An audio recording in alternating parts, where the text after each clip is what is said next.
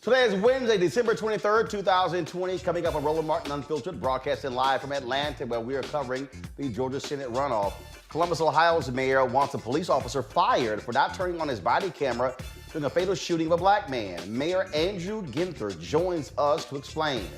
Black turnout in the Georgia Senate runoff election is at 99.4%, nearly the same as it was during the general election. We also have the latest information about the COVID-19 vaccine and new mutated version seen in the UK with a doctor who was fired for sounding the alarm about the virus last year. Also, speaking of COVID-19, a Florida State University basketball player collapsed and almost died on the court during a game. He's being diagnosed with a heart inflammation tied to COVID-19. We'll explain. Also on today's show, Haiti's ambassador to the United States will join us to talk about developments that 3 members of Congress targeted Haitians. We'll talk about some other issues as well, plus an update in the case of Quawaun Charles, the last person to see him alive, admits that she knew he was missing. Plus, in our Black Tech segment, you meet the creator of an interactive virtual reality experience set to the historic events of the Civil Rights Movement. Plus, we remember Ecstasy from the group Whodini, who died today. It's time to bring the funk on Roland Martin Unfiltered. Let's go. He's got it. Whatever the biz, he's on it. Whatever it is, he's got the scoop, the fact, the find. And when it breaks, he's right on time and it's rolling. Best believe he's knowing. Putting it down from sports to news to politics. With entertainment just for kicks, he's rolling. It's on go, y'all. It's Roland Martin, yeah. Rolling with Roland now. He's funk, he's fresh, he's real, the best, you know he's Roland Martin now.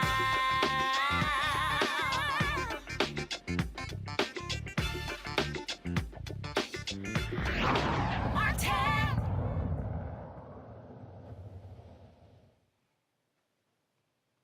Another black man dead at the hands of police, this time in Columbus, Ohio. A black man was fatally shot early Tuesday. The officer did not turn on their body cameras until after the shooting. But because of a 60-second look-back function, the shooting was captured on video. However, the function does not record the audio. The mayor of Columbus, Andrew Ginther, said the fact the cameras were not on when they were supposed to be is unacceptable. Officers were responding to a call about a running vehicle at 1:30 in the morning on Tuesday. They found a 47-year-old man in the garage. At some point, the man started walking towards the police officer with a cell phone in his left hand. Officers say his other hand couldn't be seen. That's when one of the officers opened fire, striking the man. He died an hour later at a local hospital. To date, the victim and the officers involved have yet to be named. Now, this comes 2 weeks after law enforcement fatally shot 23-year-old Casey Goodson Jr. as he was entering his grandmother's home. There isn't any recording of that incident, as the sheriff's deputy involved wasn't using a body camera. Joining us right now is the mayor of Columbus, Ohio. Actually, we're going to play this soundbite first, and then we're going to go to Mayor Andrew Ginther. So go ahead and play it. It is unacceptable to me and to the community that the officers did not turn on their cameras. The city works hard to provide police with the tools officers need to protect themselves and the public. So let me be clear. If you're not going to turn on your body-worn camera, you cannot serve and protect the people of Columbus. I have asked Chief Quinlan to relieve the officer involved of duty and turn in his badge and gun. We are awaiting the notification of the next of kin to release the name of the gentleman who was shot and killed. We are also giving them, the family, an opportunity to see the body-worn camera footage we have before it is released to the media. We expect that to be in the next 24 hours.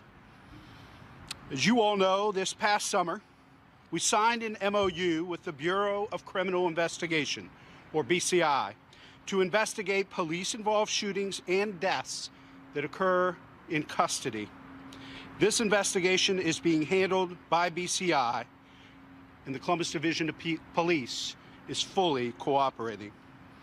In addition, I spoke this afternoon with U.S. Attorney Dave DeVillers and have asked him to review the investigation to determine if the victim's civil rights were violated as well.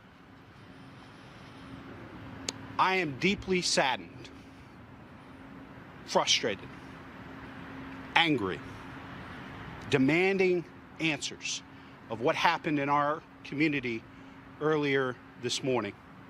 And I am committed to transparency and accountability in our division of police.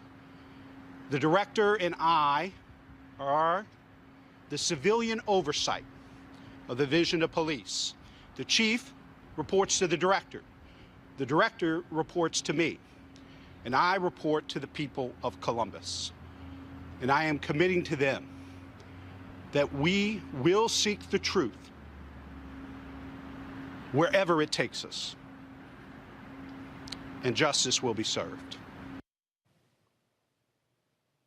In just a moment, we'll be joined by Columbus Mayor Andrew Guthrie. I want to now go to Scott Bolden as well as Robert Patillo, two of our regular Wednesday panelists. And so we're going to go to them in just a second to talk about this here. Do we have the mayor? All right, we're going to have Columbus Mayor Andrew Guthrie in just 1 second. What we're dealing with here is a police officer fatally shooting an African-American man on Tuesday in Columbus, Ohio, body camera not on. Now, you heard me say on many occasions on this show, I believe that officers who do not turn on their body cameras should be automatically fired. That is the point of the body cameras. Yeah. Scott Bolden, Robert Patillo, I want to start with you, Scott. That's the point of contention that I've always had, and I'm sick and tired of excuses from these police officers, Scott. There should be no excuses, and the mayor and you are right. They have the police tools to photograph and to videotape their work. If you're a good cop, if you do it by the book, if you're procedurally sound with this gun and badge, then you should have no problem turning on that camera. This was not an emergency run. The run was for someone sleeping in a car running, and then as it turned out, it was in the garage. It was 1:30 in the morning, and so the police approached cautiously. They didn't have their sirens on. They didn't have their lights on. They just investigated. And now, as a result of what appeared to be a simple investigation, you have another dead black man. It just makes no sense. It's bad policing. The camera raises suspicion, but the fact that you used your gun because you couldn't see his hand or he had a cell phone in his hand, it goes back to police training, but more importantly, what I've said to you before is who are we giving guns and badges to? There's got to be a psychological assessment as to whether these people are prone to racially profiling. Can they handle the pressure of carrying a gun as part of an investigation? And they don't deserve to have a gun and badge under color of law, because this is what happens. Bad policing. Robert, we've had Ben Crump on the show. He talked about 95 African Americans shot and killed by police this year in 2020. I'm sorry, since the murder of George Floyd. Now you see this case here. I mean, it's just absolutely unbelievable. It's crazy. Well, this is part of the reason that we're going to have to demand federal legislation within the first 100 days of the Biden administration to address police brutality. I understand what many in the establishment are saying about defunding the police, hurting this concept of democratic homogeny. But in reality, there has to be federal legislation to set an across-the-board national standard for policing for individuals. It should not depend on your state or your local jurisdiction as to whether or not you have constitutional rights that will be protected. But understand right now that we are regulated as civilians when it comes to crossing the street. If you cross the street wrong, you get a ticket for jaywalking. You are regulated when it comes to parking your car. If you park your car in the wrong place, you get a citation. The police officers in many jurisdictions have no consequences and no repercussions for not turning on their body cameras, for footage disappearing, for not following proper police procedures. You get a write-up when you get a violation or a criminal complaint for crossing the street the wrong way. So we have to ensure that federal legislation that if if you fail to turn on your camera during a fatal event, then that is a felony charge for the officer. No questions, no ifs, no ands, no buts. That is part of the duty of care for you taking part in being a police officer. Additionally, local governments should be given resources to have continuously recorded tamper-proof body cameras. It should not be a turn-on, turn-off situation. You record it directly to a remote server, and then that server is saved for 90 days. If there's a freedom of information at request or a discovery request put in, then the footage is archived. There's nothing stopping local jurisdictions except for money for putting that into place. So we can pass a $780 billion defense bill. We can pass legislation on the federal level that doles out $1.5 trillion in tax cuts to the rich. Why can we not put money into proper policing and the type of criminal justice reform that's necessary to stop these things from happening? Some people on the right believe we just like protesting, we like being mad about things. No, we want these things to stop. And the best way to stop those is with federal legislation. Yeah, and Roland, we need a national Joining us right now, bill. Scott, 1 second. Scott, 1 second. Joining us right now is the mayor, Andrew Ginther. Mayor Ginther, welcome to Roland Martin Unfiltered.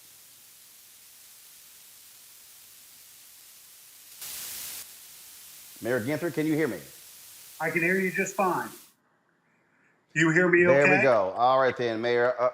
Yep, I hear you just fine. Mayor, I have long contended for years when it comes to body cameras that if a police, not just body cameras, but also dash cam cameras, that if a police officer does not turn that body camera on, does not turn that dash cam camera on, or they turn off the audio or they switch off the video, that should be automatic firing, because the cameras are there not only to protect the citizens, but also to protect the police officers. And to me, it's careless. When they walk out of that police station, they walk out there with their gun, with their badge, with their flashlight, with their taser, with their mace. And I don't understand how hard is it to simply go, click, it's on.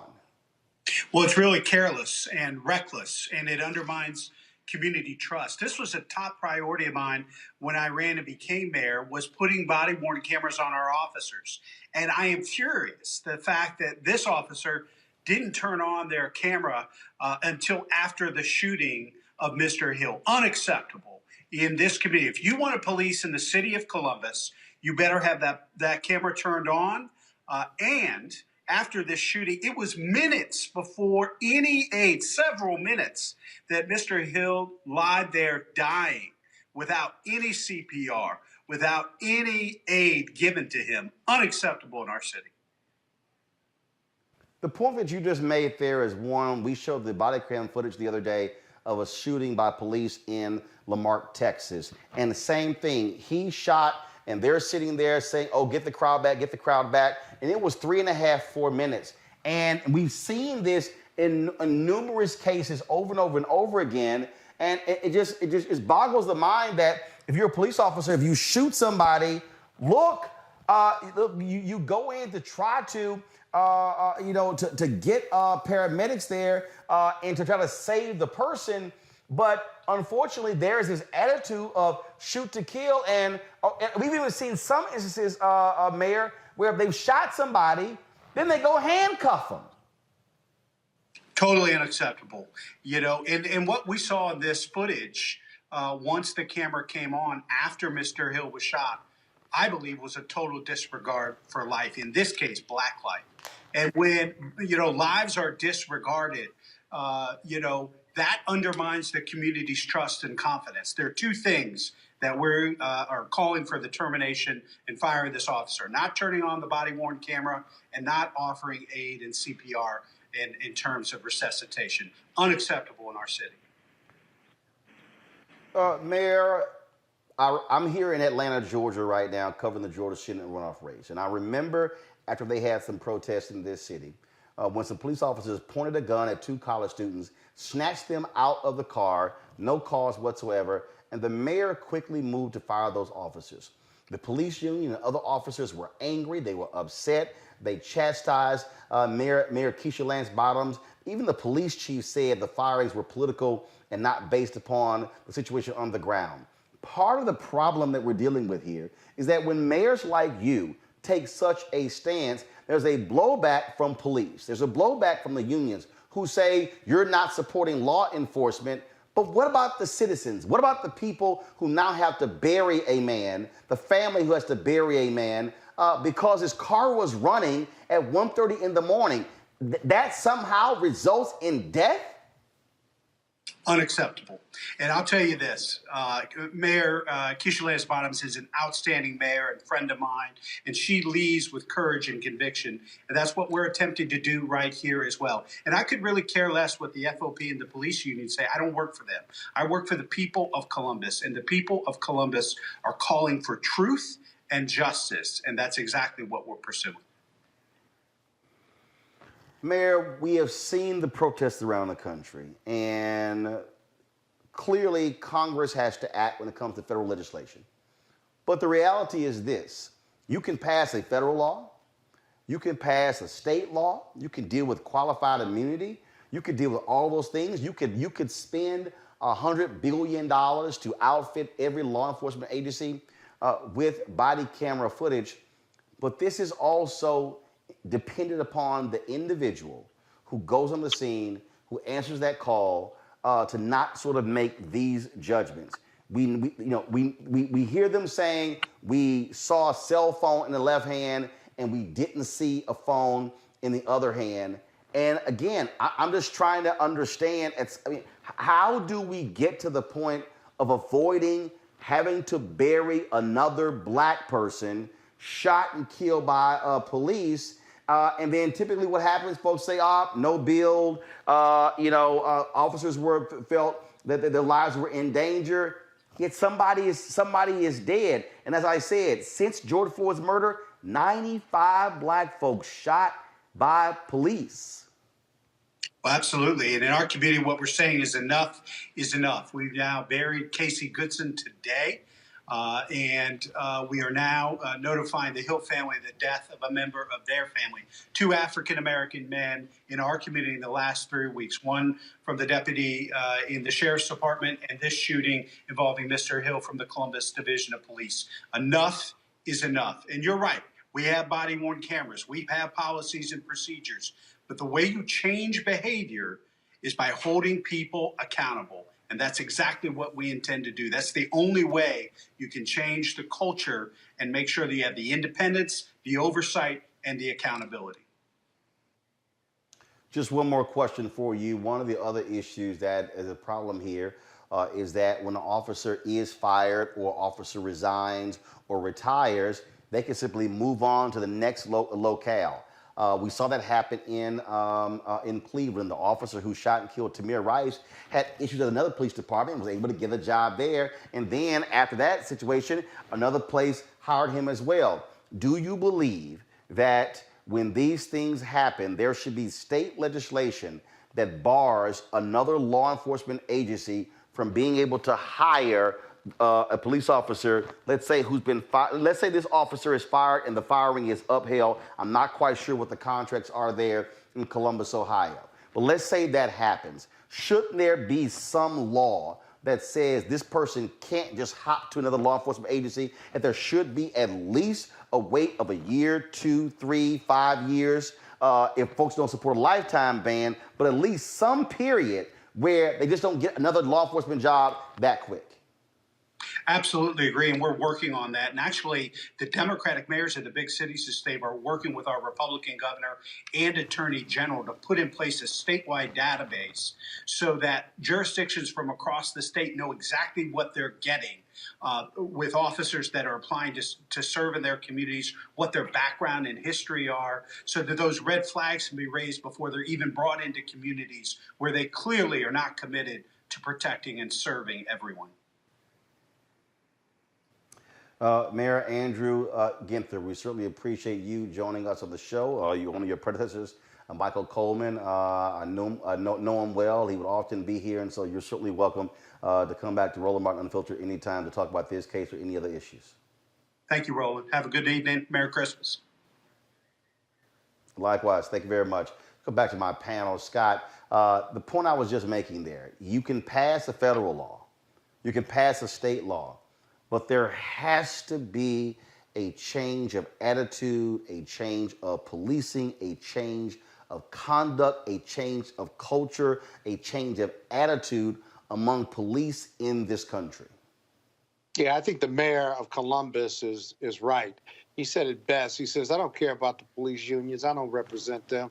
I represent the people of Columbus.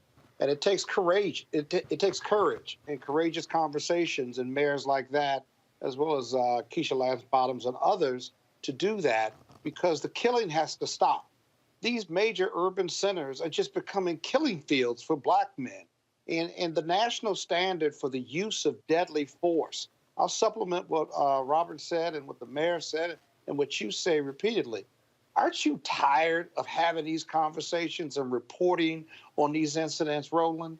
I mean, it just makes zero sense. And I'm tired of reporting on it. Something's got to be done, including a national standard on the use of deadly force, what's not so much what's reasonable, but what's necessary, or whatever that national standard, new national standard in the pending legislation is. But it's just got to stop. And then the training piece. Who are we giving guns to and badges to and allowing them to use them under color of law? There's got to be an assessment as to whether you qualify to be a police officer and carry that gun and badge. We don't do that enough. There needs to be a consistent national standard on all of this stuff. That's the only way it's going to change from a culture standpoint, and courageous politicians pushing back on these very powerful police unions at the state, local, and county level.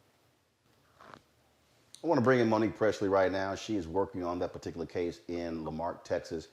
Made the point there, Monique, with Columbus Mayor Andrew Ginther. Here he criticized the lack of aid being provided to this 47-year-old black man. The exact same thing we saw on that video footage of the shooting there in Lamarck. Officers shot that young man, and 3.5, 4 minutes go by and no aid given whatsoever. Yeah, and we think it was more than that. That's only what we can see on the camera. The witnesses on the ground are telling us that it was at least 6, 7 minutes before aid was actually rendered. They handcuffed a man who was likely dead before they even tried to render aid. When he was shot and he was on the ground, when he was hollering for help, begging for help and saying it felt like he was shot through his heart. Even neighbors came out and said, he's still breathing. Let us help him. They came out with their hands up, is what we could see on the video, to try to render aid that Officer Jose Santos refused to render. And instead, they just watched him die. I mean, they knew that it was a life-threatening injury. They watched as he bled out and as the puddle of blood got bigger and bigger. And that officer was more concerned with crowd control and more concerned with his own story than he was with saving his life. And those are people who should never carry a badge in any district, in any territory. And what we know where Santos is concerned, same as we saw with Tamir Rice and same as we saw with so many others, he carried a badge in multiple jurisdictions. So you get in trouble in one jurisdiction, you resign before you're fired, and then you leave and you go to another jurisdiction. In this case, from Galveston and Lamarck, all you got to do is cross one bridge 10 minutes down the road and you get a new job. And Joshua was not the first person that died at Jose Santos' hands since he's been at Lamarck PD. And I don't care what the circumstances were of the prior shooting. He never should have had an opportunity to carry, a gun that sanctions violence, that sanctions death, when he had already shown he's willing to beat a man to a pulp and try to drown him, just as willing as he is to do that, as apparently he is to do a drive-by shooting and call it an officer who's getting a suspect. So, no, many things. Monique, as you were talking, we were rolling the video of that Lamarck shooting. This is at the 1 minute point of the video. There's another 4 minutes and 4 seconds. He's there lying on the ground. No aid being provided. We have yet to see, of course. First of all, there's even that 60-second preview out of Columbus. But Robert, this is the thing that we also deal with. We deal with officers who lie on these reports. These officers who say someone was coming at them. And the reason why the body camera footage is important, or the dash cam footage, in the case of Laquan McDonald, the officers lied. And then the other officers around them lied too. And so part of the deal here, Robert, is that when they lie, the body camera footage then is able to contradict the lie. And that's why this stuff matters. We're not saying that the body cams are the panacea, the be-all to end-all, but my God, what it does provide you is real and proper context of the actions, not only of the person who has been apprehended or held up or shot, but also of the officer. Yeah. Well, look, Roland, and on that same note, I'm part of criminal defense bar. Most of the cases I do are criminal defense cases in addition to civil rights cases.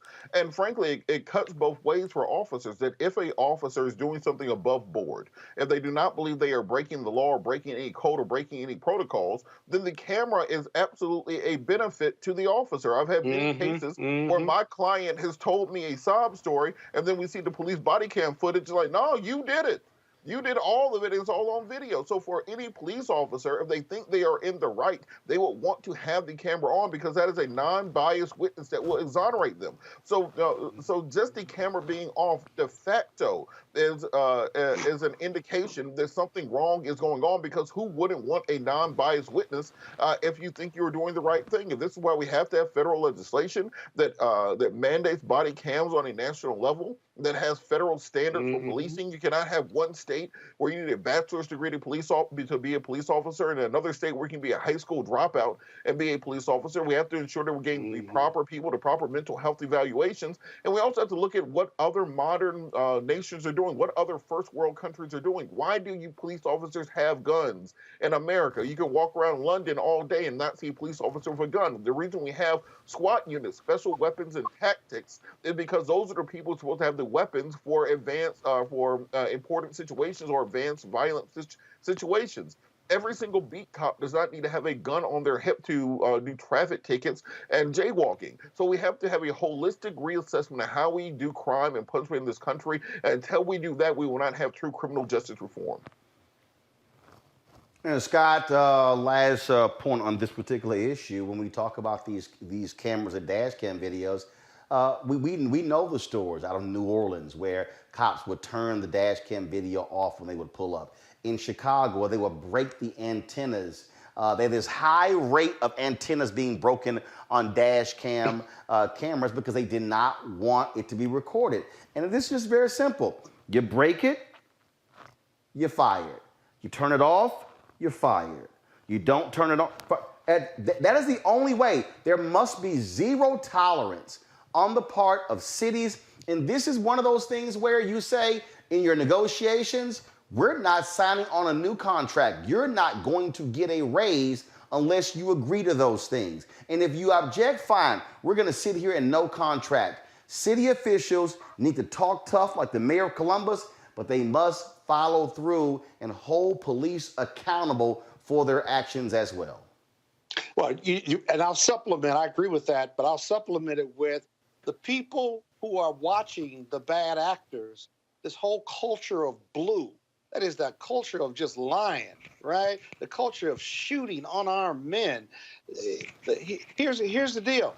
If you are watching it and not reporting it, you are just as culpable as the bad actor.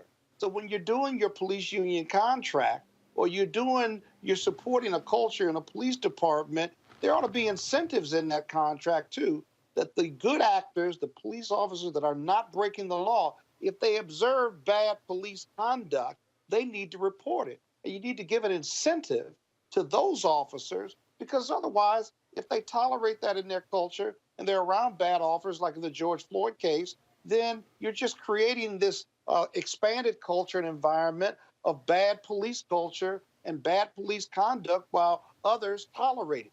Give them an incentive to report it and make it verifiable. Do that along with these national standards, and you can stop these unnecessary killings. You just got to have the courage. These elected officials have to have the courage to do it once and for all. How many more black men and women must be killed in this country, right, before politicians, elected officials stand up, government officials, and say, enough is enough. Here are the 10 things we're going to do. We're going to pass it, bipartisan or otherwise, and we're going to stop the killing fields in black communities around this country. So it's a simple solution. Well, Hard to get them to act. Well, that's exactly why people. That's exactly why people are out here protesting. That is why they are pushing Black and and white challenging. And then people that's why when you protesting. that's why when you hear people talk about defund the police, we hear them talking about because they're sick and tired of things not being but that's done. not the Speaking answer, of though. things That's not the answer. Excuse me, Scott.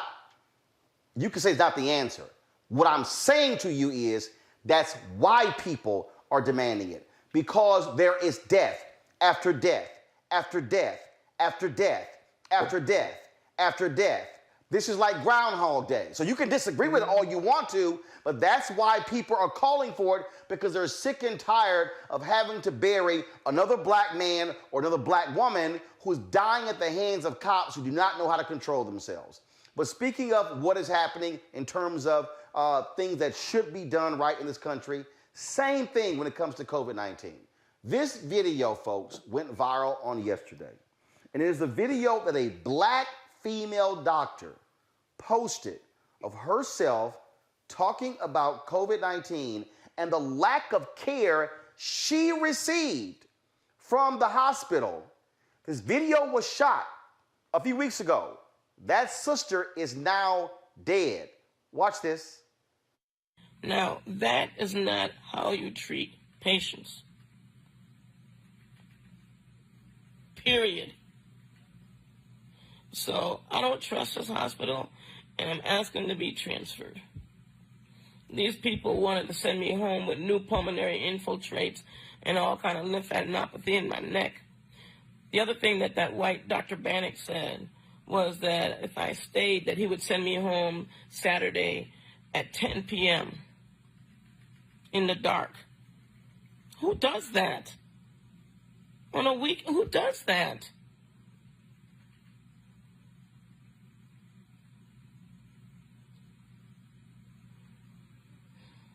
And that nurse was telling me, oh, I was marching in Black Lives Matter. I told him, no, I don't believe none of that. Not one bit. Not one iota. He wouldn't even know how to march. Probably can't even spell it.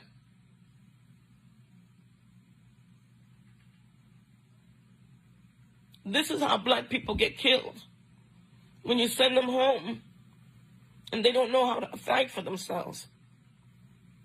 I had to talk to somebody, maybe the media, somebody, to let people know how I'm being treated up in this place. And he gladly told me, I know you're a doctor. And he didn't want the black doctor to have no medicine, nothing. And then had the nerve to say it's because of him, the nurse, that I got the medicine. Really? Because of you? No. How about because I had that stat CT in my neck, where it showed all of that lymphadenopathy and infiltrates? Yeah, you didn't know about that? You didn't get that in report? That's what I said.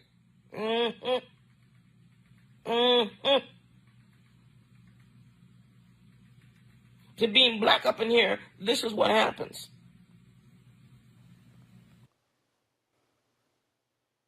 Folks, if you go to my iPad here, she posted a number of updates on her Facebook page. This was update 6. I was home for less than 12 hours, spiked the temperature of 103. My blood pressure plummeted to 80/60 with a heart rate of 132. I'm back in the hospital, a different hospital, St. Vincent Carmel. Those people were trying to kill me. Clearly, everyone has to agree they discharged me way too soon. They're now treating me for a bacterial pneumonia as well as COVID pneumonia. I'm getting very compassionate care. They're offering me pain medicine. Update number 7 on BiPAP being transferred to ICU. She died shortly after that. Dr. Quawaun Gilman is an emergency medicine physician and former Marine combat medic who served in Iraq. Gilman, you said that you're seeing this kind of death simply is not normal. And in fact, you had to battle your own hospital when it came to the issue of you speaking out as vigorously as you could on this issue of COVID-19. This is a black doctor who is dead. This is a woman who knew what was going on. This is not someone who wasn't aware. She is now dead.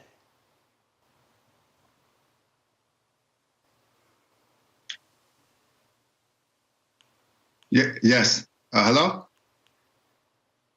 Yes, we can hear you. Go right ahead. Yeah, no. I think what happened to Dr. Susan Moore is very tragic, right? This is an educated physician who knew her disease process. She knew she had COVID-19. She had to advocate for herself to get a CT scan to get the proper care. She was on oxygen, so she had qualified for certain types of treatment. She was in pain. She was refused pain medicine. It sounds as if she also advocated to get a CT scan as well, which showed that she had multiple pulmonary infiltrates. And then the talk of sending her home at 10:30 at night. You know, this is a physician, right? If we're gonna treat our own physicians like this, you know, how do we treat people who are not that educated, right? This is an educated woman here who knew her whole disease process, and she still had to advocate for herself, and she still ended up with the worst. But Dr. Gilman, I gotta add one thing. Dr. Gilman. Yes, sir. She was a black doctor. The black doctor part cannot be left out. She was a black. You cannot convince me that a white female doctor who was going through what Dr. Susan Moore was going through would have had to beg to be treated.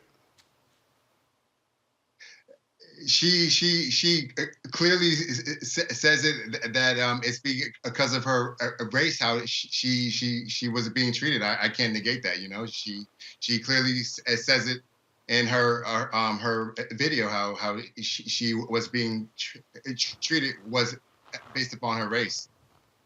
This is truly tragic, and you know, I looked today. I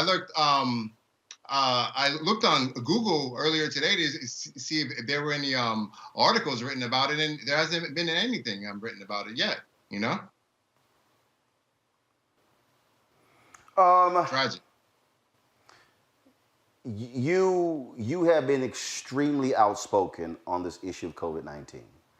You've been posting on social media. You had a contentious battle with your own hospital. One report said you were fired, then you were hired back. Tell us exactly what happened here. But you have made it clear you're not going to be silenced when it comes to speaking the truth about what's happening with COVID-19 in this country. Absolutely. Look. Absolutely, people are dying. I served in Iraq, right? I know war. When I see war, in March I was in Manhattan, where 20,000 people died over the span of 10 weeks, and a large majority of those people were Black and people of color. And then I come out here to Arizona, and I hit this surge again twice. This is my third surge. So what kind of happened to me was I went to work, and I had 3 patients I couldn't transfer out. And I'm like, what's up with these ICU beds? Where are these ICU beds I keep hearing about? And so I put a tweet out about that. I come home, I get off work very early on in the morning, and then it goes viral. I wake up in the hospital, says I can't return back to work over a tweet about ICU beds. My medical group begins trying to negotiate over the next 3 weeks, and they refuse to let me back to work. So then I get a call from a reporter who heard about what happened, and she breaks the story. All of a sudden, I'm able to go back to work. Look, people are dying at the end of the day, man. This virus is killing Blacks at 3 times the rate of whites, and it's real, you know. And we have to address this pandemic that is killing us. And I've been very vocal about that. I've been battling Trump's misinformation and the Republicans' misinformation since the beginning of the pandemic. They said it was like the flu. They said it was a hoax. They said it wasn't going to hurt kids. I mean, I have my 27-year-old cousin, Simon Press, who was Black, who went to the hospital twice, who was told he had GERD, was sent home, returned back to the hospital, was told he had anxiety, and then a few days after that, he was driving a car and he died on the side of the road. You know, that's unacceptable, right? That's unacceptable at the end of the day.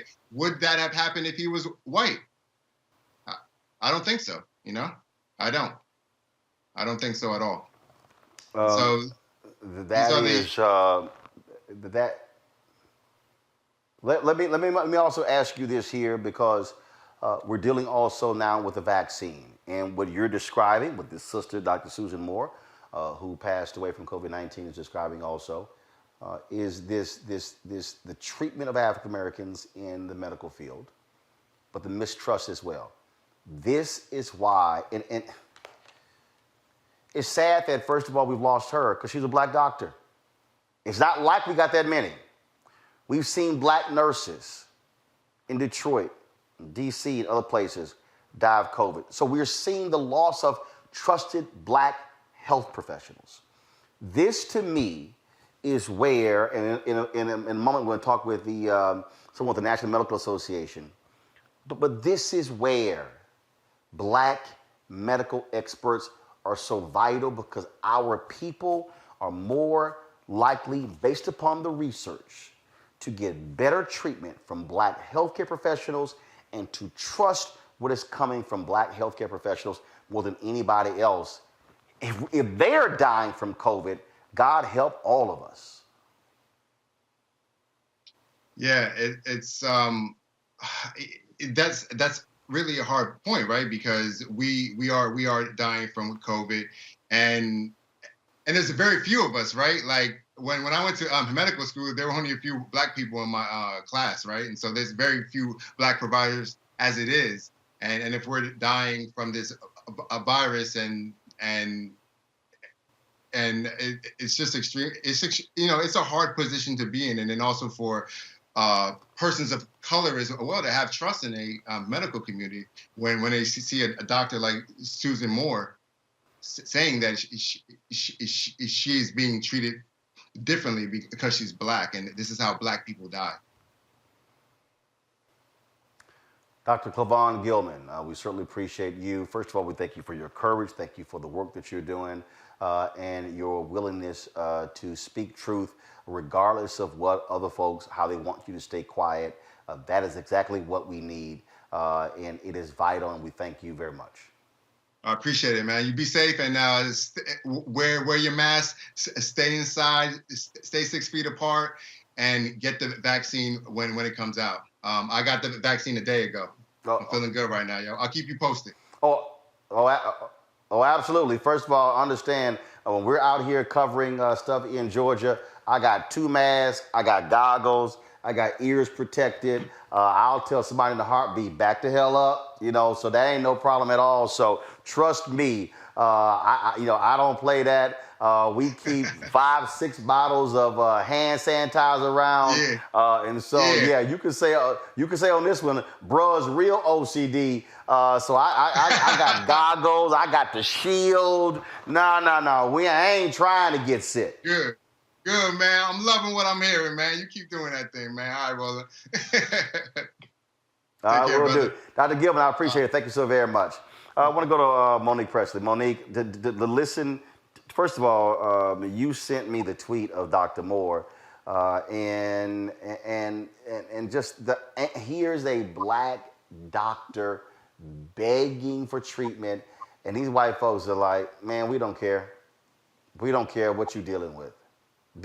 I'm sorry, that's manslaughter.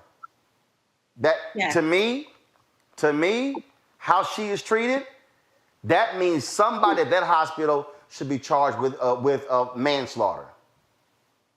Yes, and what I I'll say it more civilized than I did in my text to you, but I was explaining, just exhaustion and rage and heartbreak because what we saw happen to her, to our beloved sister, doctor, to a smart, brilliant woman who was on the front lines giving her community and then became a patient and had to advocate for herself. And even though she had all the smarts in the world and all of the expertise and knew exactly what was going on with her and could diagnose herself better than anybody else could, it still was not enough.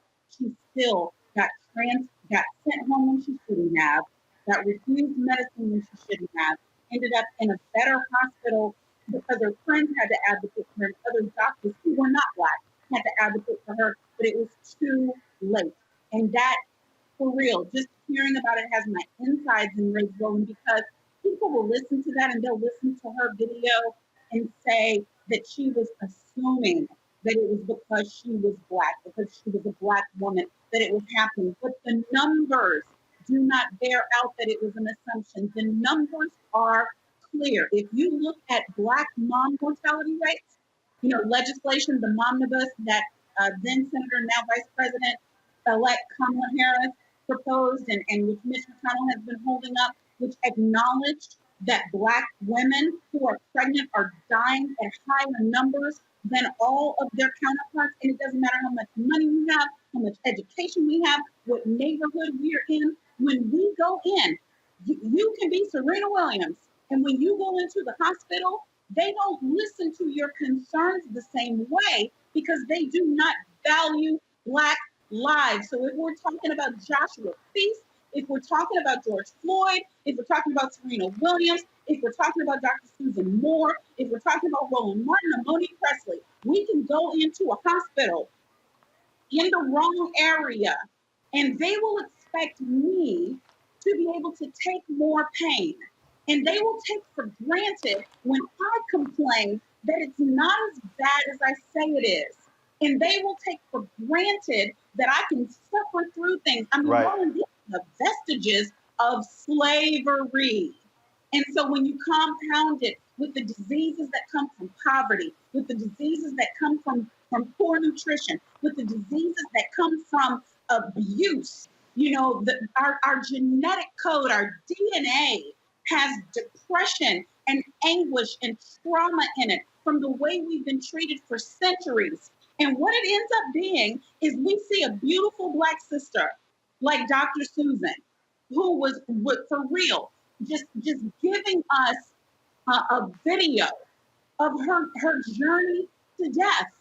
She kept hollering and screaming, saying, I'm going to go to social media because nobody else will believe me. And as you asked in the last segment, how long do we have to really go through this? And I don't think it's just a federal solution. I don't, because we wait on the feds and we keep dying while we're waiting. People in the streets need to understand that it's going to be you next. It's your mama, it's your sister. How close does it have to get to you before it matters? Because if you don't go in the street for Susan Moore, what does it take? Right. Robert, on this particular point that Monique was making, when she talked about the issue with the pain medicine, here's a perfect example of what she's talking about there. The reason Black people early on were not being victimized due to opioids is because white doctors were not prescribing opioids to African Americans because they were afraid that they were coming there to get high. And so, as a result, this was early on, white folks all of a sudden falling out. I'm sitting here thinking about her son having to go off. I'm thinking about the movie John Q, where Denzel has a gun, is holding folks hostage to get his son treated.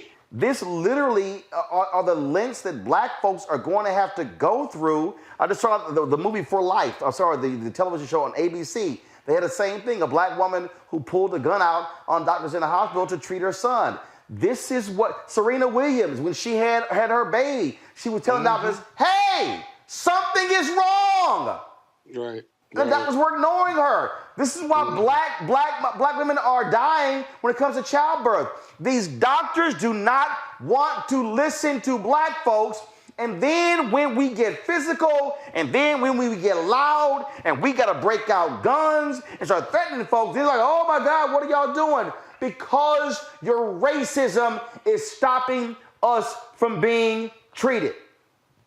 Well, Roland, just as Condoleezza Rice said, racism is the original birth defect of America.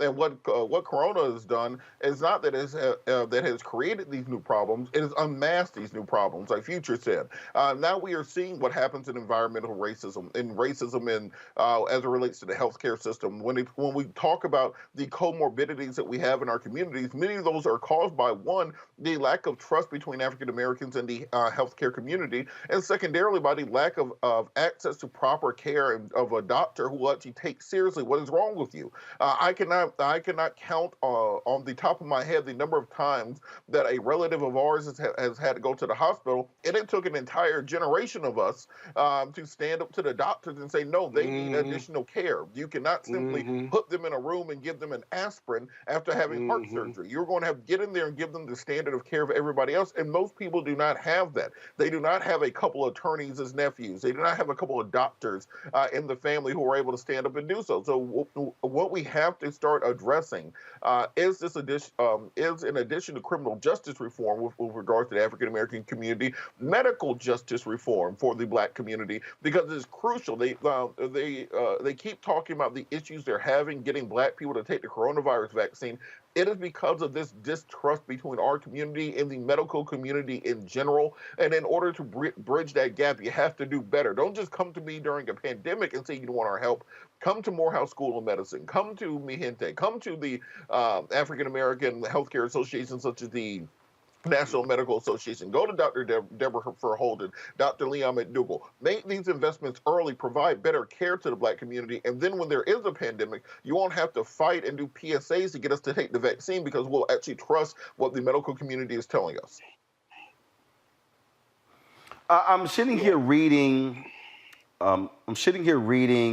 something from Signa Brooks on YouTube. This is what she just posted, Scott.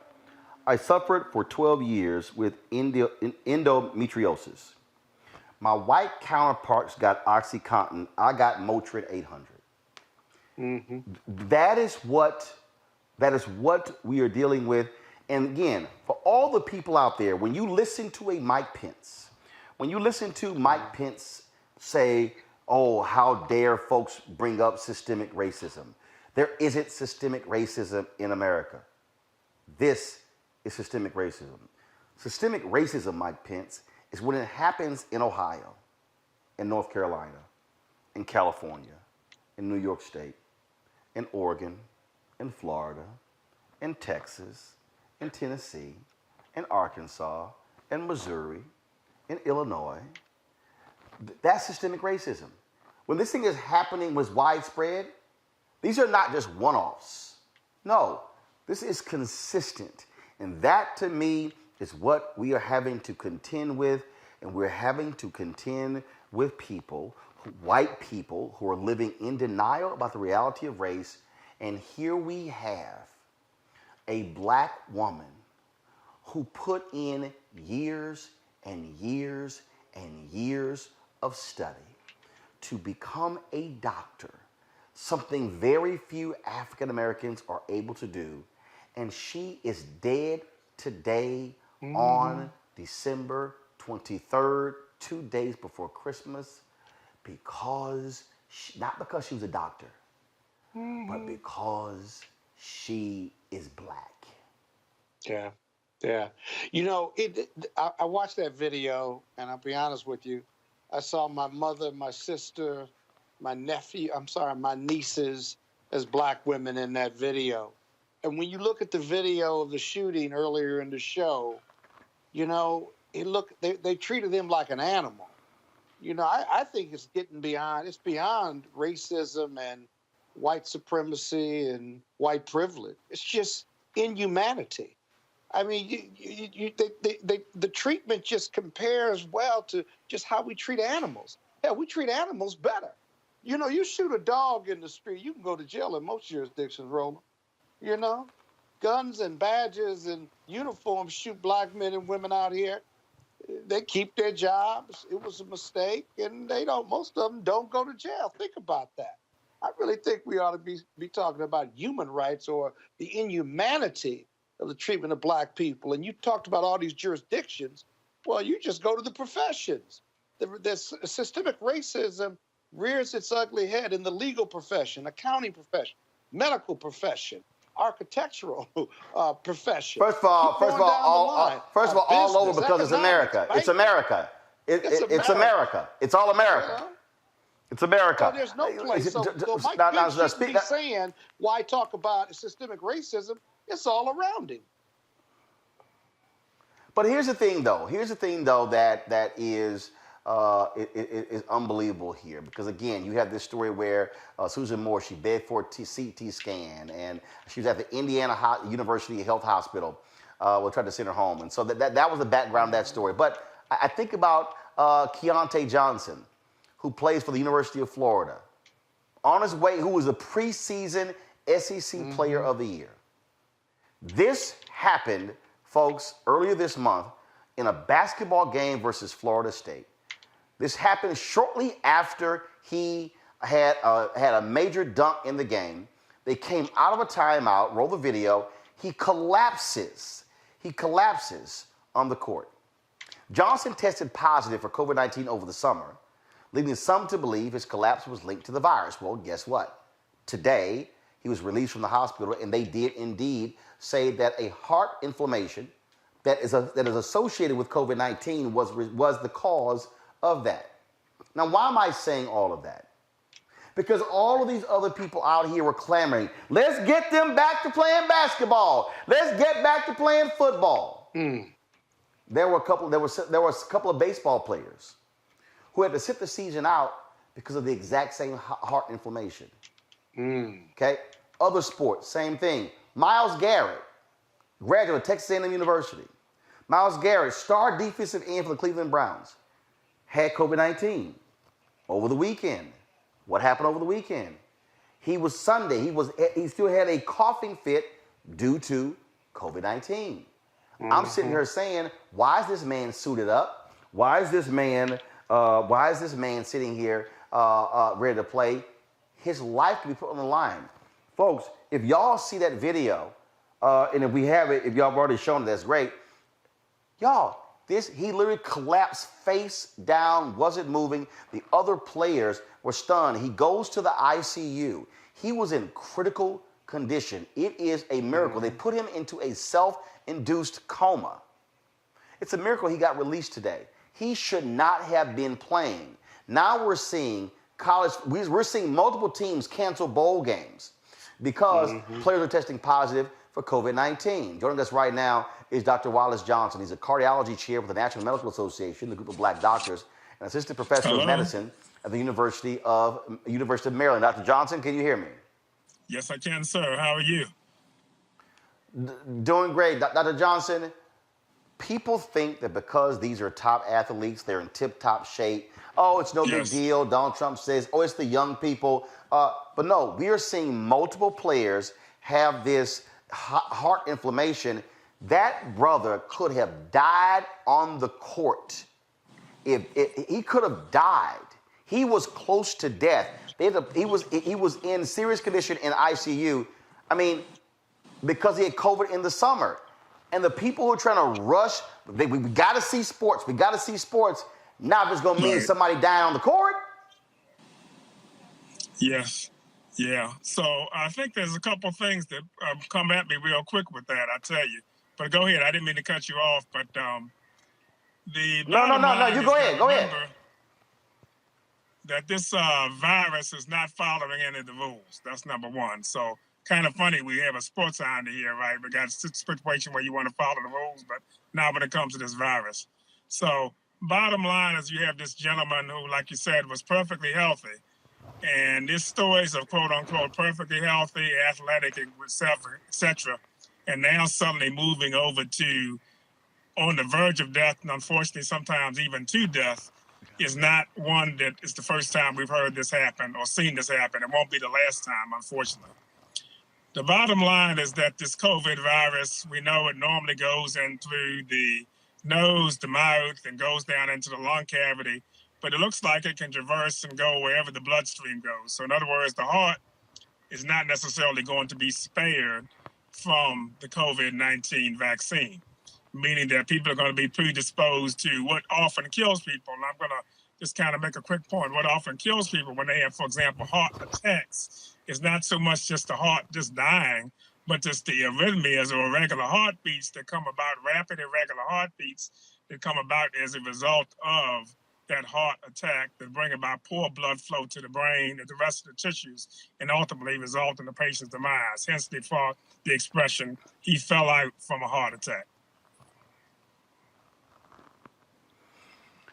Do you believe, Dr. Johnson, that an athlete that tests positive COVID-19 should be playing? Yeah, I think an athlete who tests positive for COVID-19 should not be playing. My thought process is that, bottom line, at the end of the day, if you have a situation where somebody's putting their life at risk, and we've seen what has happened, and of course, I'm a native Baltimorean, so if anybody has heard about a story about, of course, we all know the basketball player Reggie from Baltimore, who was in a situation where he was told by one group of it was Reggie Lewis. It was Reggie Lewis. It's a no-brainer. It makes no sense whatsoever, and I would say no, that athletes should not play, and all of those sports figures or all those sports organizations can take this in mind and have this be a wake-up call.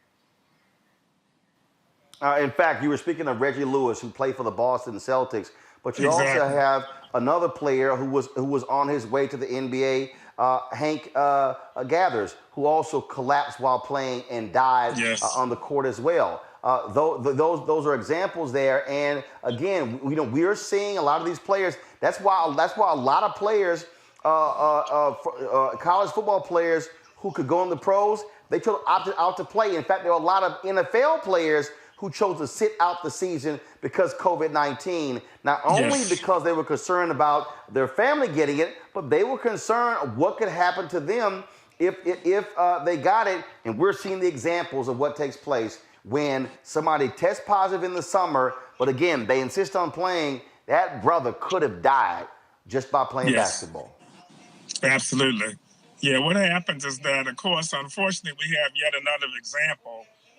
People being in a situation now, sometimes, as we know, and you know that I have to tell you, Mr. Martin, that unfortunately many people have a lot of pressure, not just from the sports world, but from friends and family to stand up and go to the plate, so to speak, and say batter up, even in a situation where it may not be necessarily prudent to do so. So we know that there's pressure from all ends, from the organization, from the family, from friends, all kinds of situations. Say this is a chance in a lifetime.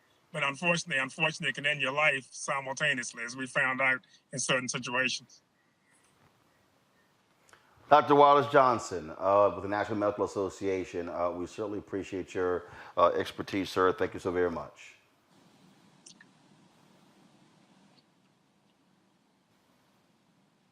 I'm sorry, was that something? Got to go to a break. Repeat that if so. No, I said, Dr. Johnson, I still appreciate you joining us. Thank you so very much. Oh, yes. Got to go to a break. We come back. I missed the last part of what you said. I appreciate being here. Yeah, we're all good, sir. Thank you. For a long time. My family's very happy to know that I'm talking to you. I appreciate it. Thanks a lot. All right, folks, got to go to a break. When we come back, we're going to continue a little bit more about COVID-19. We're going to hear from the sheriff here in DeKalb County. She talks about losing Benny Johnson, the brother who was a sheriff out of the Detroit area to COVID-19. She also tested positive for COVID, and we talked about that in the vaccine. We'll have that conversation with her next. Also, in the second half of the show, we'll talk with the Haitian ambassador to the United States about the federal government, 3 congressmen targeting Haitians. We're going to explain this thing to you. Plus, we'll also have our tech segment. All of that, Roland Martin Unfiltered, broadcasting live from Atlanta. We'll be back in a moment. This generation, which gets so much inspiration from entertainment, you know, this generation is influenced. I mean, every generation has their influence. But I would argue, by and large, when you talk about Harry Belafonte, or you talk about, you know, how it was, you know, in the 60s, 70s, and even 80s, there was, you know, you had the entertainers, you had the church, you had the activists. In our day and time, you know, the church is somewhat losing its influence. Entertainment influence is growing. The activists are losing their influence. So where do most, you know, this younger generation go? They go to entertainment. You know, and so the influencers' entertainment can actually move the needle. And when you see people become active, I love how this younger group of people are saying, wait a minute, we don't like what just happened with Kavanaugh. We're going to do something about it. We don't like the fact that there's no gun control. We're going to do something about it. And I do think that as tragic as these events are, they are becoming more galvanizing to get this younger group of voters, which is so influential, to get out and do what we know they can do, which is to help move the needle in a massive way. Daring to demand the right to vote for Black Americans. In Selma, Alabama, 55 years ago, John Lewis was nearly killed as he and hundreds marched across this bridge. That movement's courage secured the Civil Rights Act and the Voting Rights Act, but the promise of equal justice in America remains unfulfilled. So together we'll fight for a new Civil Rights Act and a new Voting Rights Act to ensure equal justice for all, no matter the color of our skin, to end racial profiling and police brutality, and to stop anyone from suppressing the sacred right to vote. Congressman Lewis gave me my first job. He instilled in me the conviction to fight for justice. He said to never give in, never give up, keep the faith, and keep our eyes on the prize. I'm John Ossoff. I approve this message. Too many people struggled, suffered, and died to make it possible for every American to exercise their right to vote. There's a lot of stuff to do this time of year. Get the tree. Done. Hang the lights. Not yet. Wrap presents. Check. But this year there's one extra thing to do. Vote. That's right.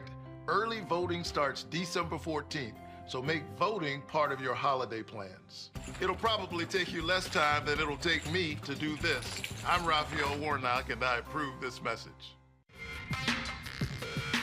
We learned early in Sunday school that thou shalt not steal, thou shalt not bear false witness, thou shalt not have no other gods before me. Raphael Warnock's opponent seems to have forgotten these basic Sunday school lessons. Her gods have greed, her lies about Pastor Warnock, and her shady Wall Street practices are evidence of this. And on January the 5th, let's bear witness that greed, lies, and shady dealings don't represent Georgia. Let's send Raphael Warnock to the U.S. Senate to fight for the least of these and not Wall Street billionaires.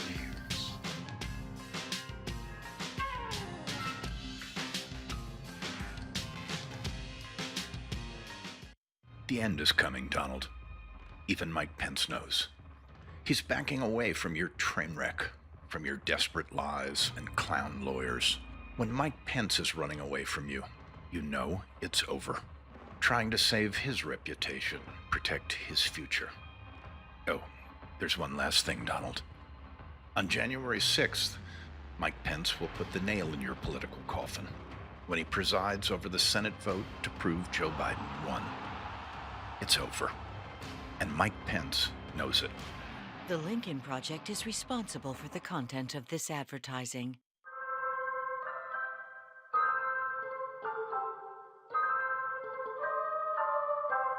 You are leading the way for the rest of this state. And we believe that this state is on the verge of shocking the entire country.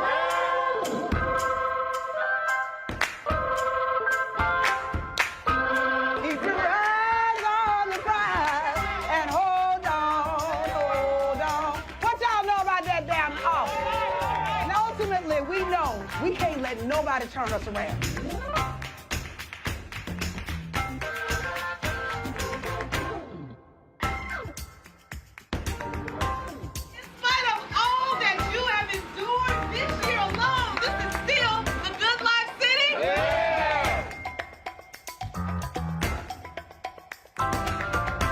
if it turns out that the Senate is hinging on one seat, and there's only one race left,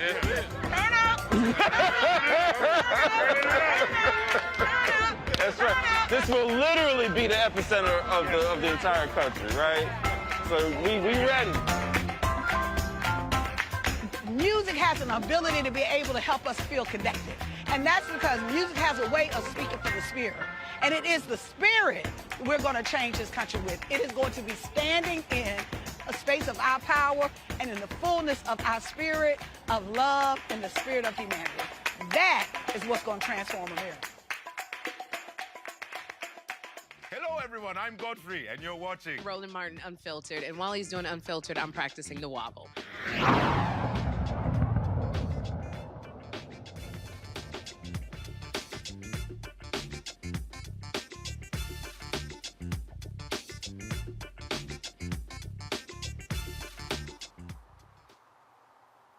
All right, folks. Yesterday we were at Morris Brown College. We caught up with Melody Maddox. She's the sheriff here in DeKalb County, and the issue of COVID-19 came up, and she shared her thoughts about the passing of Benny Napoleon, of course, who was the sheriff in the Detroit area who passed away at the age of 65 last week due to COVID-19. This is what she had to say about him.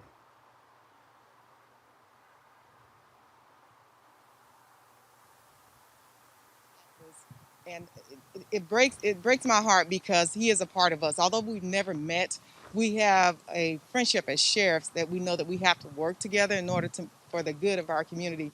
He was an outstanding man. From what I've read, when you called his name, everybody knew who he was.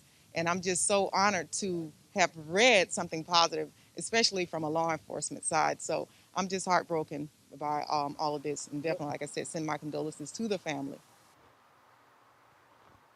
Now, she dealt with COVID-19. Myself, I was very fortunate to not have any symptoms. I was asymptomatic. After being at the Georgia Sheriff Association conference, 13 out of 31 tested positive for this virus. So as you can see, it does not discriminate. It's not based on color, sex, religion, or anything. And it has affected the law enforcement as a whole. Number one, from the sheriff's office, being that my office have over 1,500 inmates that are incarcerated. So I'm responsible for making sure, number one, the officers are safe, but also those inmates are safe so that when they are released, they are not taking that virus home with them. So it has impacted us on the psychological level. My mental population has gone up. You're talking from anywhere from 15% now is up to 25% of my population has been classified as mentally ill. And we have to deal with that as sheriffs in our office. Now, of course, we're also dealing with right now in this country the whole issue of jails and COVID-19 and whether or not you're going to see folks like her take the vaccine, but also how do they handle the folks who are in jails and prisons who have COVID-19? This is what she had to say. DeKalb County Sheriff Office, we have strict regulations and guidelines the way we handle this pandemic, and we've done an outstanding job with it. Just also note that the sheriff office, I would say law enforcement as a whole, needs to be vaccinated first with that. And for the reason being, then it goes to the inmates, because the officers are the ones that are leaving out every day. And I've even had inmates to tell me that it's not us, the ones that are actually getting this, are saying it's not us. So it must be coming in from outside, Sheriff. So what are we going to do about it? So we want to make sure that the officers receive, should they want to receive this vaccine, and hopefully they will. And let me just say this also.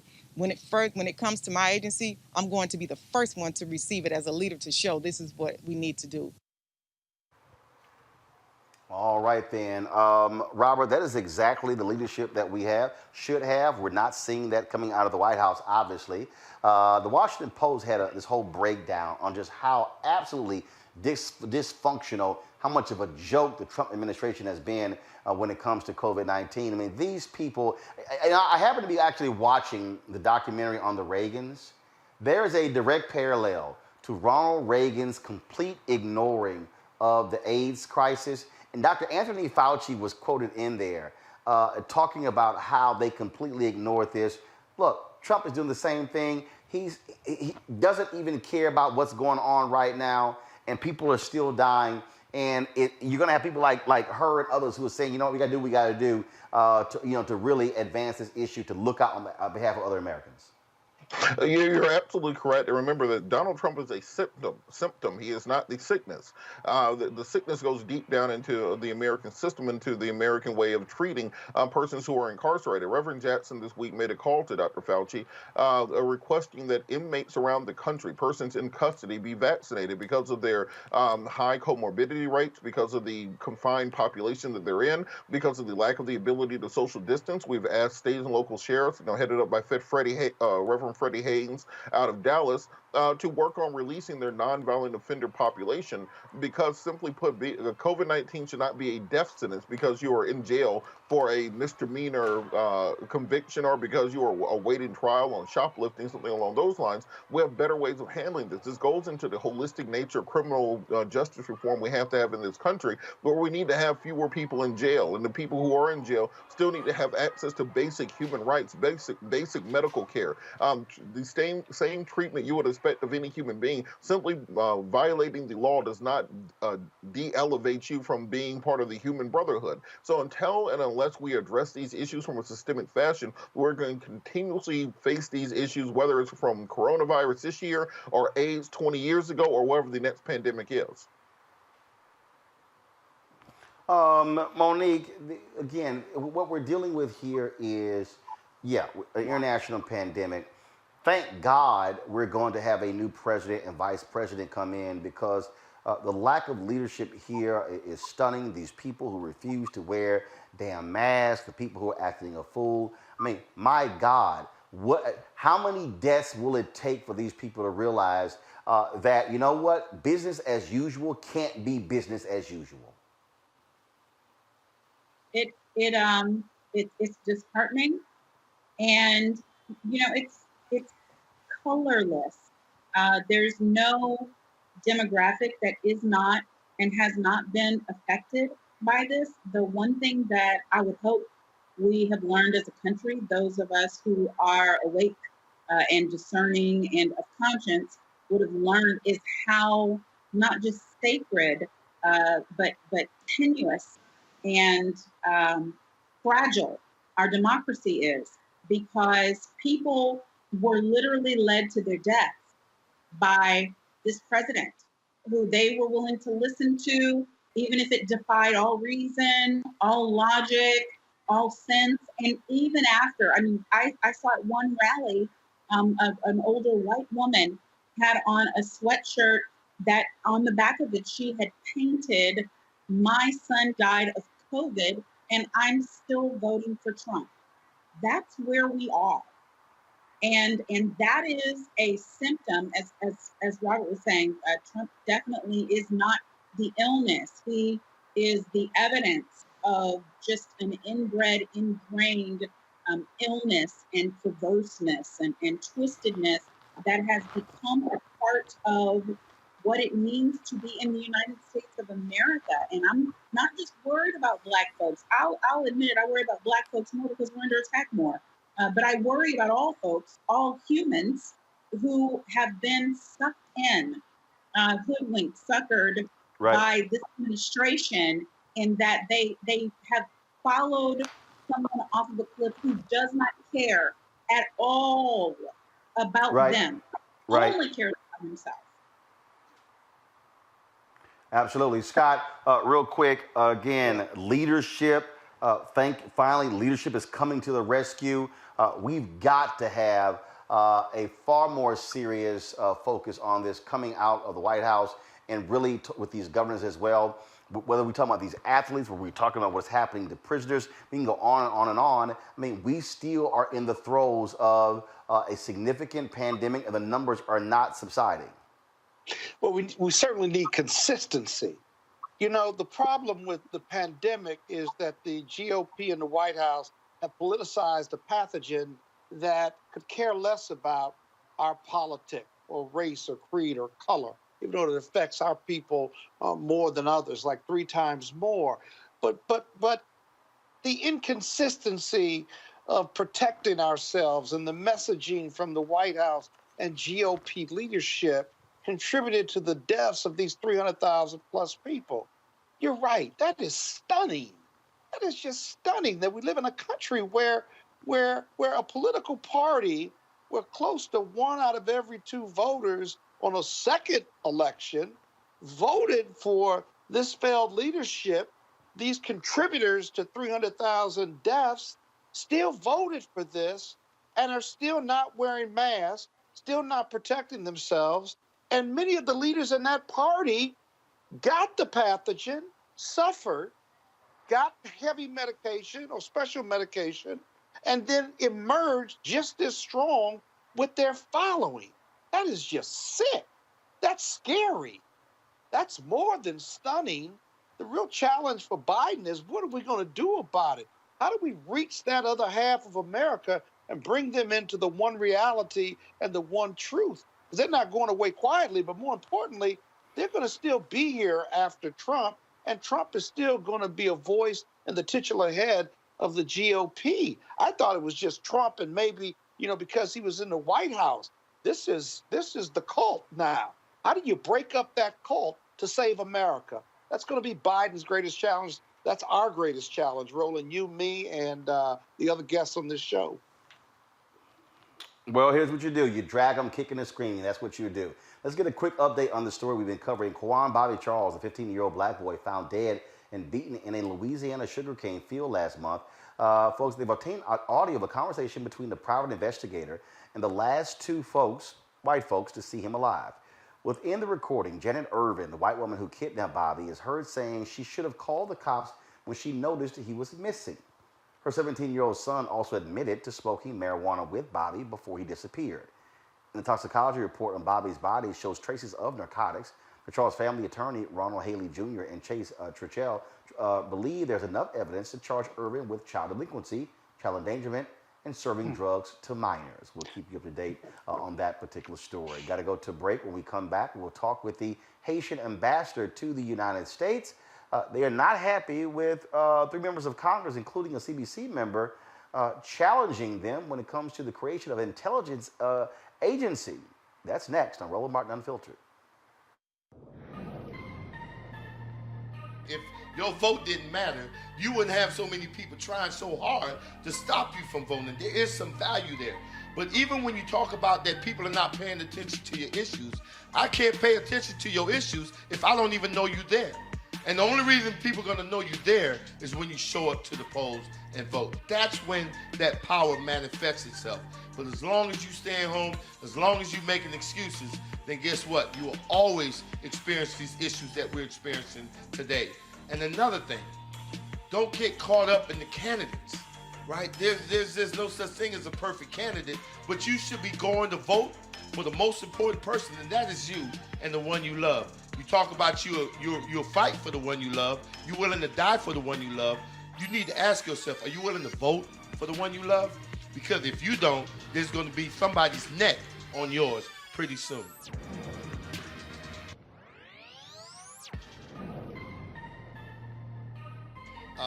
America is a complicated story of people building a more perfect union. And if you don't think there's been any change, you should sit down with Andrew Young. You should sit down from some of the folks in that generation who know the distance we've come. And as we continue to push hard, change comes. The other side knows your power. The other side knows your voice. That's why they're engaged in voter suppression. If you weren't so powerful, they wouldn't be trying so hard to stop you from voting. And so you ought to stand up in this defining moment in American history and win the future for all of our children.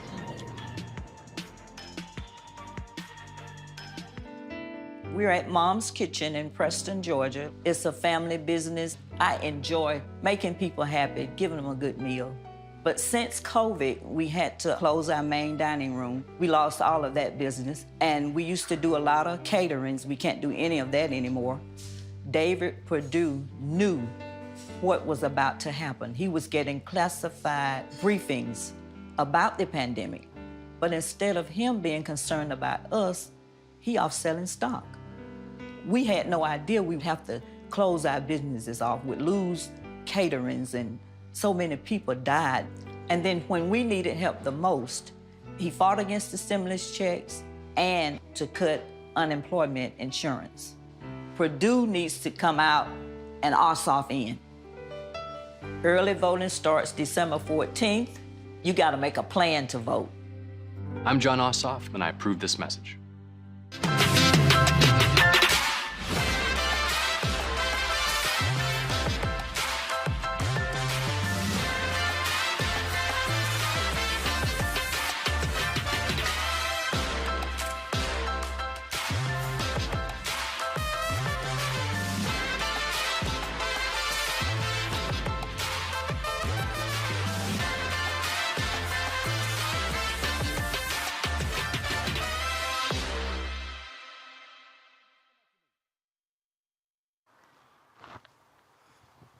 All right, folks, we have been looking at stories not only here in the United States, but also across the diaspora. And what's been happening in Haiti for quite some time has been lots of unrest that's been taking place there. You've had critics of the new president there as well. Now, check this out. You've had 3 members of Congress, including Congressman Gregory Meeks of New York, who released a letter on yesterday criticizing what they term as the creation of an extra-constitutional domestic intelligence force in Haiti. This is what they wrote. His latest actions are reminiscent of past anti-democratic abuses the Haitian people have endured, including the run-up to the Duvalier dictatorship. We will not stand idly by while Haiti devolves into chaos. Joining us right now is His Excellency Boshit Edmond, Haiti's ambassador to the United States. Ambassador Edmond, I'm sort of glad to have you on the show. What do you make of these members of Congress who are critical of this intelligence agency being created in Haiti, them saying that you have an autocrat who is the leader of your country? Thanks, Roland, for having me on your show tonight. First of all, it is unfortunate to see that's the way they understand it. But we do understand their concerns, and then we are open to talk to them. And as I did last month in November, I sent a letter to those 3 congressmen explaining the situation in Haiti and with detailed plans and of what the government intends to do for next year in 2021, which is going to be an electoral year. So I take their concerns very seriously. And then I believe I'll be talking to them. That's why I'm here, to talk to them and engage them in a frank dialogue and to clarify things. But when you look at this letter that they wrote, this is what they also said. I'm reading here from my iPad. We will work urgently with the incoming Biden administration to develop a U.S. policy that prioritizes the rights and aspirations of the Haitian people and supports a credible Haitian-led transition back to democratic order. Is there democratic order in Haiti? Of course there is a democratic order because there was a president that was elected in 2017 for 5 years. His term ends in February 2022. I don't know what is the definition of democratic order, but the only thing I know, a transition government is not the democratic order.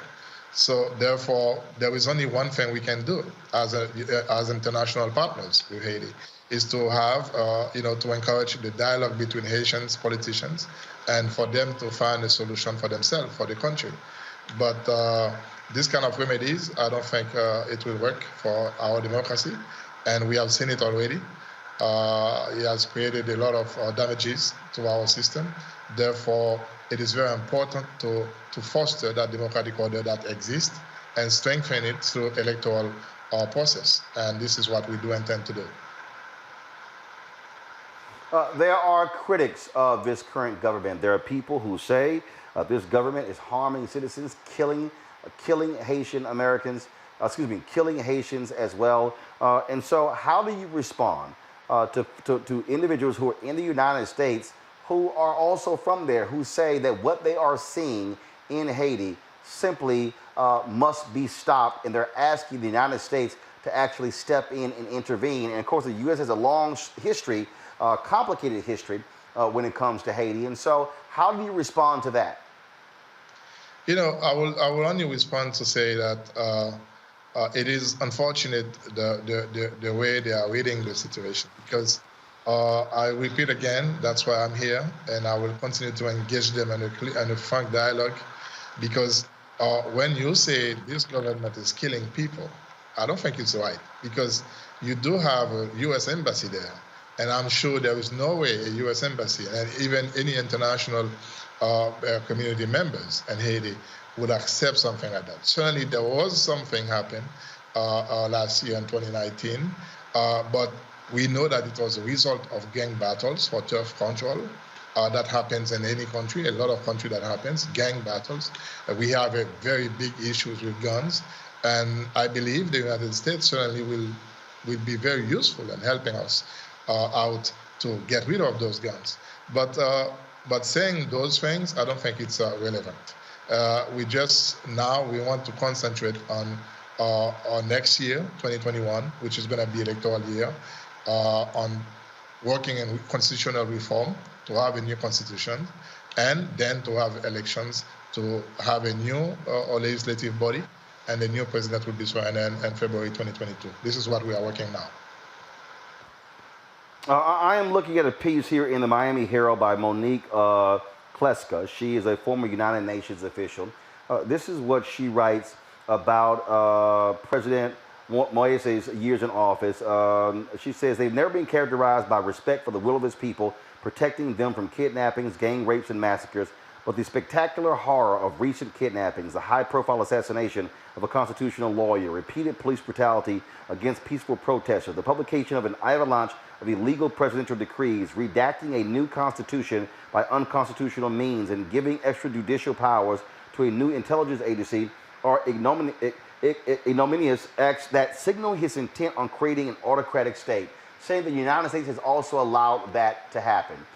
What has been the relationship of Haiti with President Trump and his administration, and what are you looking to do with the incoming administration of President-elect Joe Biden and Vice President-elect Kamala Harris?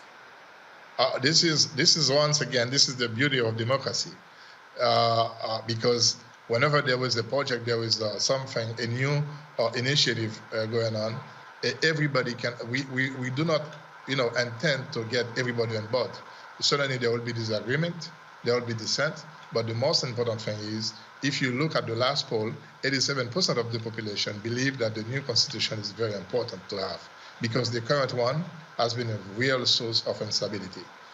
But when it comes to the Trump administration, we certainly had a good relationship with working with any U.S. administration. And when it comes to the incoming administration, Vice President and President-elect Biden and Vice President-elect Harris, we certainly wish them the best. And Haiti is willing to work with our international partners, and we'll be more than happy to engage with a frank dialogue and see how they can help this country moving forward, not calling back what the efforts have been done. So therefore, we are ready to work with the new administration and move things and strengthen this relationship. How do you respond to the United States sanctioning three men cited in the 2018 La Saline massacre? This took place on International Human Rights Day on December 10th. Does Haiti disagree with the sanctioning of these three men? No, we do not disagree. As a matter of fact, those men were sanctioned by the Haitian government first, because they were terminated, they were separated from the function, and then by the president. And now there is a legal process, a judicial process going on. I believe their case are before the judge, investigative judge, and the executive cannot interfere in that. But the most important thing, we did it before. The president fired them, and they're no longer at the post. It's been more than a year since they were separated. Therefore, we welcome that sanctions. I mean, we don't have anything at all against that. Just a couple more questions for you, and I'm curious. When we talk about the rebuilding of the Haitian economy, you still are trying to, frankly, rebuild this country after the devastating earthquake that took place as well.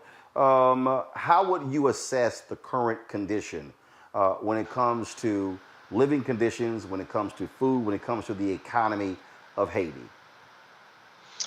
Listen, it is not a very good situation at all because we understand that a country like Haiti cannot progress without any foreign direct investment. But unfortunately, it comes back again to the current constitution because there is a constant political instability. And most of those, the reason of those instabilities is due to the governance. And we understand that we need to have a very stable political environment for the foreign investors to come. So there is no way we can, from our own resources, to better our national economy. It has to be a factor of foreign direct investment, but it doesn't come with political stability. But this is one of the reasons that we are concentrating on this new constitution and to see if the people will agree with it. And then once the people agree or disagree, we will continue forward for the elections, because we need to have a parliament in place by next year, and early 2022 in February, we'll have a new president in place. This is what we are working on now. Last question for you. What would you, if you had to ask of one thing from President-elect Joe Biden and VP-elect Kamala Harris, what is it that you want from the United States to assist Haiti? What do you want? What do you need? It's not what we want, what we would like to see. We would like to see the two oldest republics in the Western Hemisphere, Haiti and the United States, for the United States to consider us as a real partner, because we are a partner. And then to not only see Haiti probably in the lens of humanitarian assistance, but as well to see Haiti as a very opportunity land where foreign investment and American investors can come and invest, because we do have a lot of opportunities and potentialities. We just want to unleash them. But to unleash them, we cannot do it without foreign investment. And that's where we count on the United States to come and invest and to help us strengthen our democratic system, not to call on weakening it, because we believe Haiti has to go forward and we need the help of our international partners. But we're here to work with you and to engage the congressmen and the US administration. And so we will continue to work on our national interests. And I believe a stable Haiti will be best for even US national security. So I got to ask one more question. If you want an investment, how will investors know the investment is safe if they believe there's too much unrest and you don't have democratic rule in Haiti? I mean, how do you foster people to get them to understand, to accept this, if they believe that, frankly, there's too much turmoil in the streets and too much turmoil in government? Yeah, that's where comes the national dialogue. We believe it's very important for our politicians to sit together and to have a frank dialogue and discuss the main interests of the Haitian people. And because the reason of those unrest, of those things, is always those are consequences of political instability. Most of the time there are some misunderstanding between parties. But we understand that there is a willingness from the president to have a frank dialogue with the opposition parties, and so we can have a national agenda where we will put the national interests in the forefront and to discuss them and see how we can have a stable country. And certainly that will come up with the foreign direct investment, and we badly need, because our national economy cannot and will not be better without foreign direct investment. We have to have it, but to have it, we have to sit together and solve our own issues. All right, Ambassador Ebony, we surely appreciate it. Thank you so very much. It's been a pleasure to be with you, Roland. Happy holidays and stay safe. All right, thanks a bunch. Folks, going to a quick break. When we come back, Donald Trump's handing out pardons to his friends like candy. What about Kwame Kilpatrick? Is he going to get one? We'll discuss next on Roland Unfiltered.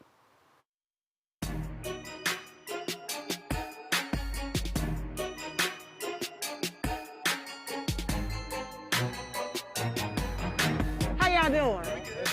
Thank you brothers, for coming out. We appreciate y'all. We love to ride, so as soon as the word came out, especially to come support a good cause, we were on it. They work together on different, and they support each other's events, and then they're gonna ride out with us. I was like, we're gonna ride pretty today. Okay, we're gonna ride loud and pretty. Loud and pretty.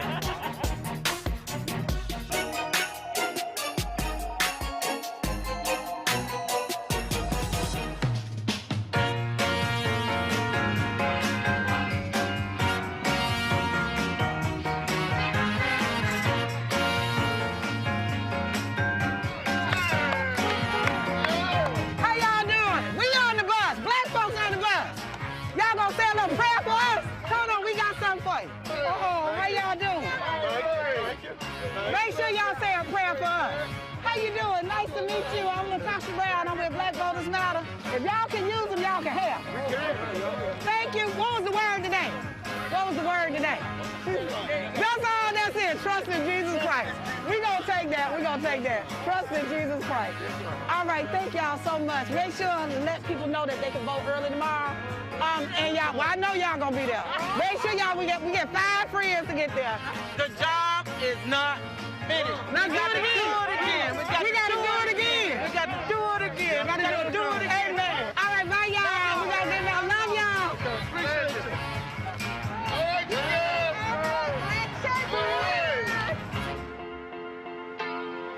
We in these streets, y'all. We in these streets. We got business to take care of. It ain't over yet, y'all. It ain't over.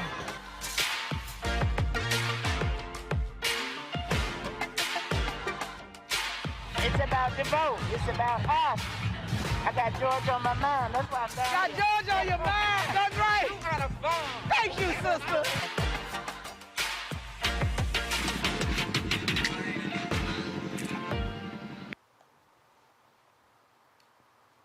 All right, folks, the thug-in-chief is handing out pardons like candy. He has issued pardons to Roger Stone today.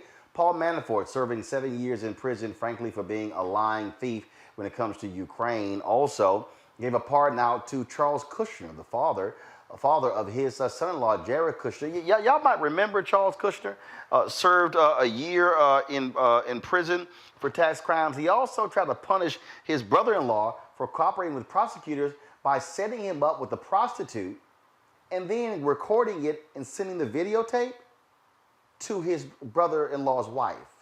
Those are the kind of people. Now, mind you, this follows yesterday where Trump pardoned 4 Blackwater security personnel who murdered 17 Iraqis.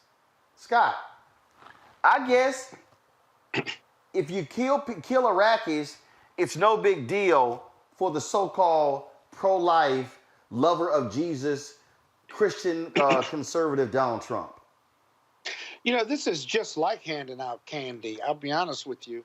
As a former prosecutor and someone who's been active in Democratic politics and presidential politics for a long time, you remember that the candy part of this is that this is Donald Trump handing out pardons and sentence commutations on his own at his whim. Normally and historically, Republican and Democratic presidents, there's a process you go through at DOJ. They review it. The president can make his desire known, but you've got to have the application done by the person seeking the pardon or the lawyers, if you will. And this also happens at the state level. But there is a formal process. DOJ reviews it. You get a lot of input. There are a lot of letters and support. And then you test also those who don't support it.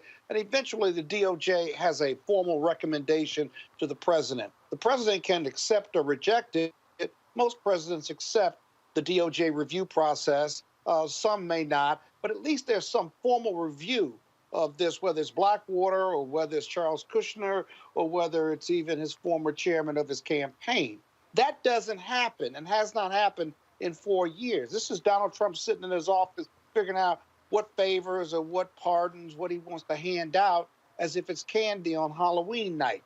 And that's the big difference, and that's the most dangerous part of this, because he's pardoning some pretty, not only bad people who have been found guilty or pled guilty or have beat the system and beat the taxpayers or the U.S. government out of millions of dollars. And that's the real danger part.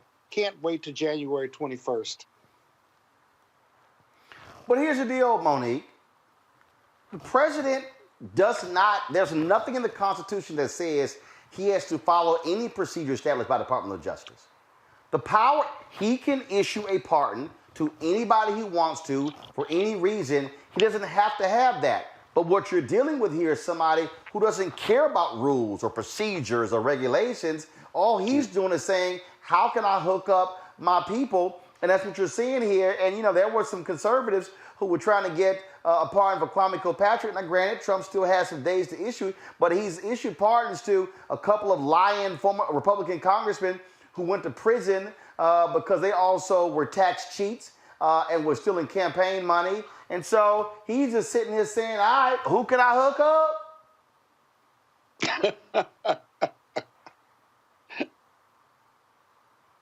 Monique? Can't hear you. Who can't hear me? Scott says he can't hear me. now. Roland, can you hear me? I can hear you now. Yeah, we got you. No, Monique, we got you. Scott have to hear me.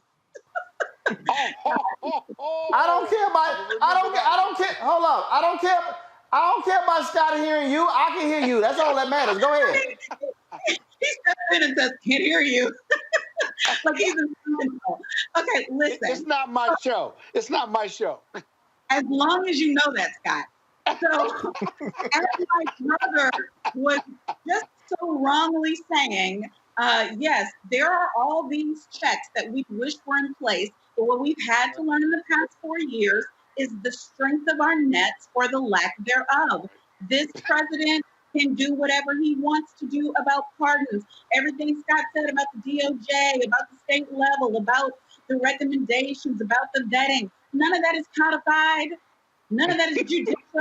None of that is legislative. None of that is constitutional. This man is going to do what he wants to do. Voting matters. Can he abuse power with the pardon? No. Arguably, he can't. But what's the fix for that? Another impeachment? 20-something days before he's about to be out? Not going to happen. So let's just watch the lotto, because that's what's about to happen. Every day is going to be some new, more ridiculous pardons. And when we get a new administration, what will have to happen is Congress will have to limit the executive power of the presidency in case we elect another certified fool. So now we can trust that the people who get in the office are going to stay within bounds of decorum, decency, morality, legality. No, none of that is likely. So we have to deal with what we have, and we have to put some more checks in place. But from now until January 20th, forget about it, y'all. Mm-hmm. Look, Robert, this is sort of like Oprah. You get a car, you get a car, you get a car, you get a car, you get a pardon, you get a pardon, you get a pardon, you get a pardon. I'm a thug in chief, and so I got this power for another 20 some odd days. I'm just going to go ahead and just hand them out like party favors. Well, look, Roland, as you're even if you committed murder, even if you committed murder. Look, Roland, as your resident Haitian on the panel, it's very difficult to listen to us have to be lectured about constitutional norms and the rule of law when y'all got a damn game show host as president over here. And I wish it was a lottery giving out these pardons. It's an auction, and we all understand that. Charles Kushner is a criminal. They put a criminal son in the White House to run Middle Eastern foreign policy and everything else. These things don't happen to the rest of us. The reason Chris Christie was never in that cabinet is because he's the one who prosecuted Charles Kushner, Jared Kushner's dad, who was Ivanka Trump's husband, both of them who were advisors to the president, and contravention to every anti-nepotism law that we have on the books. Let's understand something that is going on right now in our country. The rule of law is no longer a thing as long as America does not buy into that fundamental fiction. And we have to stop letting the political right walk around claiming they are the defenders and protectors of the Constitution. Remember, their Tea Party used to walk around with the pocket constitutions everywhere saying they were defending the Constitution. Not anymore. And we have to call them on it every time. That you passively sat by as this president was allowed to shred the Constitution, to turn the White House into an auctioneer's block, to circumvent the rule of law, law to circumvent electoral norms, to circumvent much of what we've done in the last millennia in Western civilization, that you sat there idly by so you could have tax cuts and conservative judges, have to call them to the mat on it. And look, if we're going to hold up these rules for foreign countries and for foreign powers, we damn sure better be enforcing them on the local level for our own politicians and game show hosts before we start talking about other countries getting their books in order. Oh, I agree 100%. I agree 100%. So again, these hand pardons out. But again, ain't it amazing how quiet all them white conservative evangelicals are? You know, all them pro-life people. They ain't said nothing about him letting 4 murderers go. People who killed Iraqis with impunity. Oh, but I guess those lives don't matter. I thought y'all say all lives matter. Oops, I guess not, because y'all don't mind the thugs. All right, y'all. Ebony magazine. Y'all know the historic magazine founded by John H. Johnson. Well, guess what? They have now been sold to former NBA player Junior Bridgman in bankruptcy. $14 million bid. Of course, it has been just constant drama with Ebony magazine for the longest. Junior Bridgman put in that particular bid after the previous owners frankly, just squandered the entire deal. They owed the debt to the company, Parkview Capital, that controlled their debt. And so now Junior Bridgman and his daughter are going to take it over. I've reached out to them to find out what their plans are for the historic magazine. We will certainly find out and let you know what goes on. But again, Ebony magazine has been purchased out of bankruptcy with the Southern District out of Houston for $14.1 million. And hopefully the people who were owed money, especially those writers, are going to get their money as a result of this. And so we'll certainly let you know. All right, folks, every Wednesday it's time for our tech segment.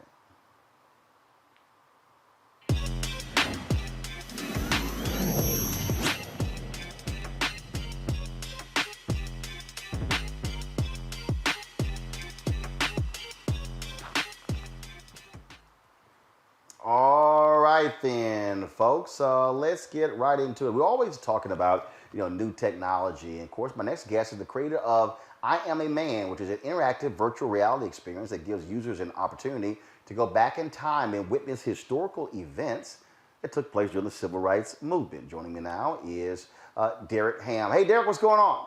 Hey, how you doing? Nice. Thank you for having me.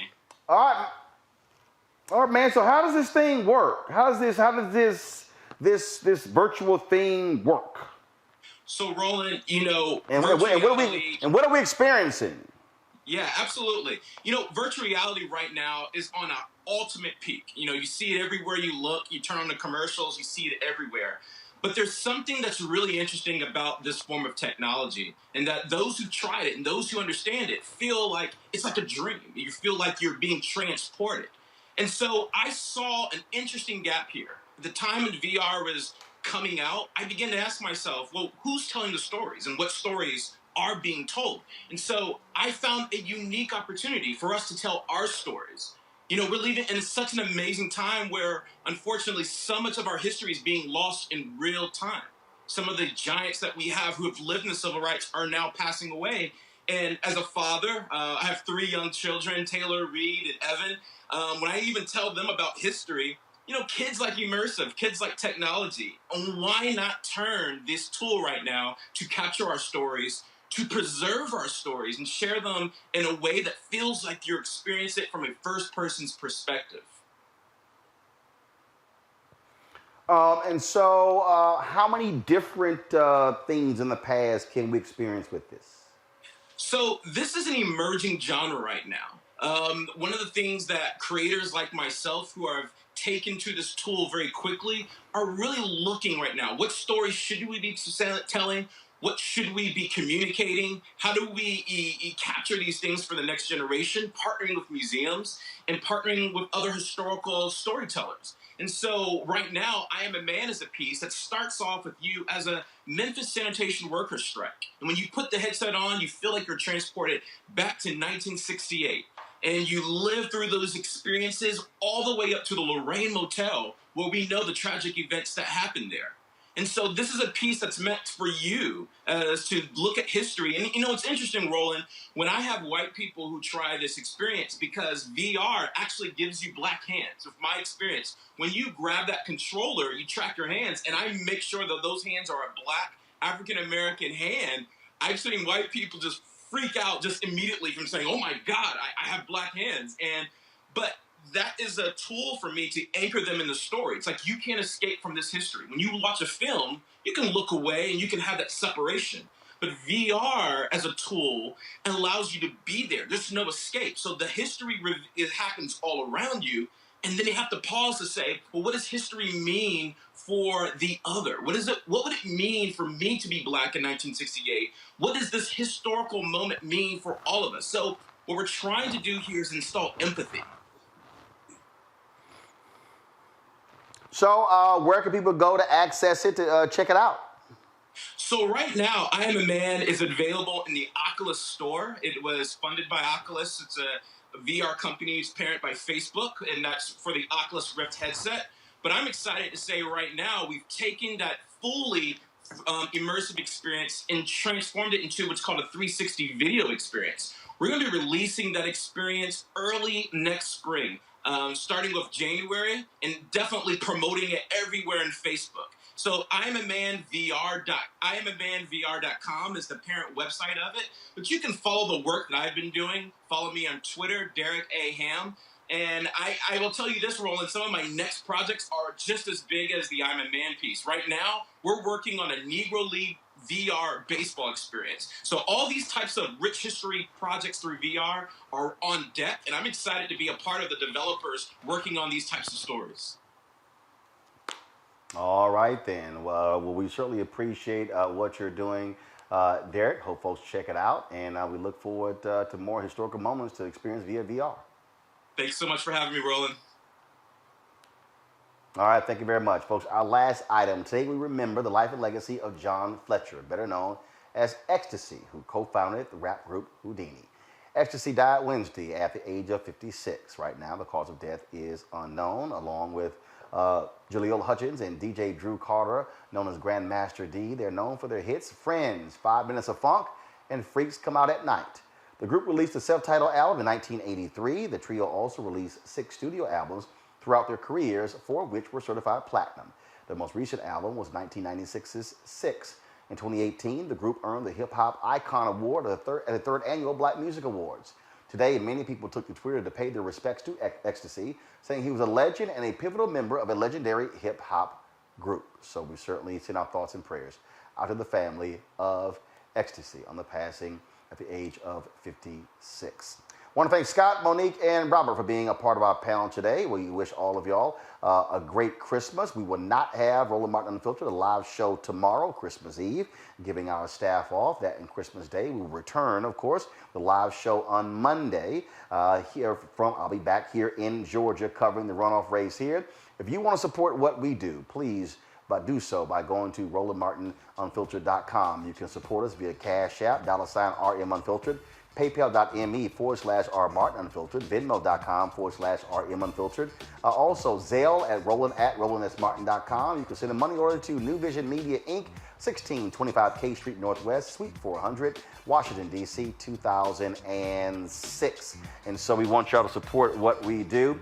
We're always doing different things here, and so y'all look at, so we're here, of course, broadcasting the show from the home that we've been renting here in Atlanta, and of course, we're always doing stuff. We added a little new feature. We want to give you a really close-up look, so we added this shot right here.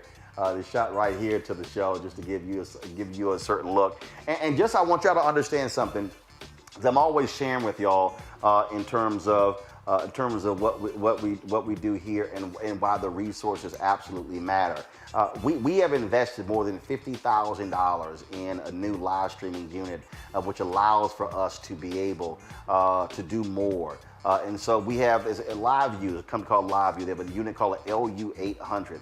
This LU800 allows for us to send back 4 signals to our control room. Whereas before we could only send 1 shot, or we can have a switcher set up here where we have to plug in the cameras and we have to have somebody who was switching right here. Well, now we can actually send all 4 of those signals back to our control room so they can see. And so this right here is one camera, the one that's I'm pointing to right now. So here you can take that one, and of course we have this wide camera that's over here. We have this camera that's right over here, and then we wanted a sort of a different little look here, and so we have this tight camera that you see right here that operating as well. And so this is also important, folks, because again, we're trying to greatly increase our production for this show, give you different looks that we do on the show as well, and so that's what this is all about. And so your support really is important to make this happen. Your dollars have been critical for us to do so. Look, I haven't run any other national black media outlets who are here in Georgia covering this particular race like we are. We've been on the ground for the past 3 weeks. We're going to be here through January 5th covering these various events. That's why we've been here. That's why we have been focused on what happens here. It's also why we have been, again, covering all of these different rallies, and we've been sitting here doing different things, showcasing a lot of different stuff. And so that's why it matters, because look, we're not interested in just simply repeating what other people say.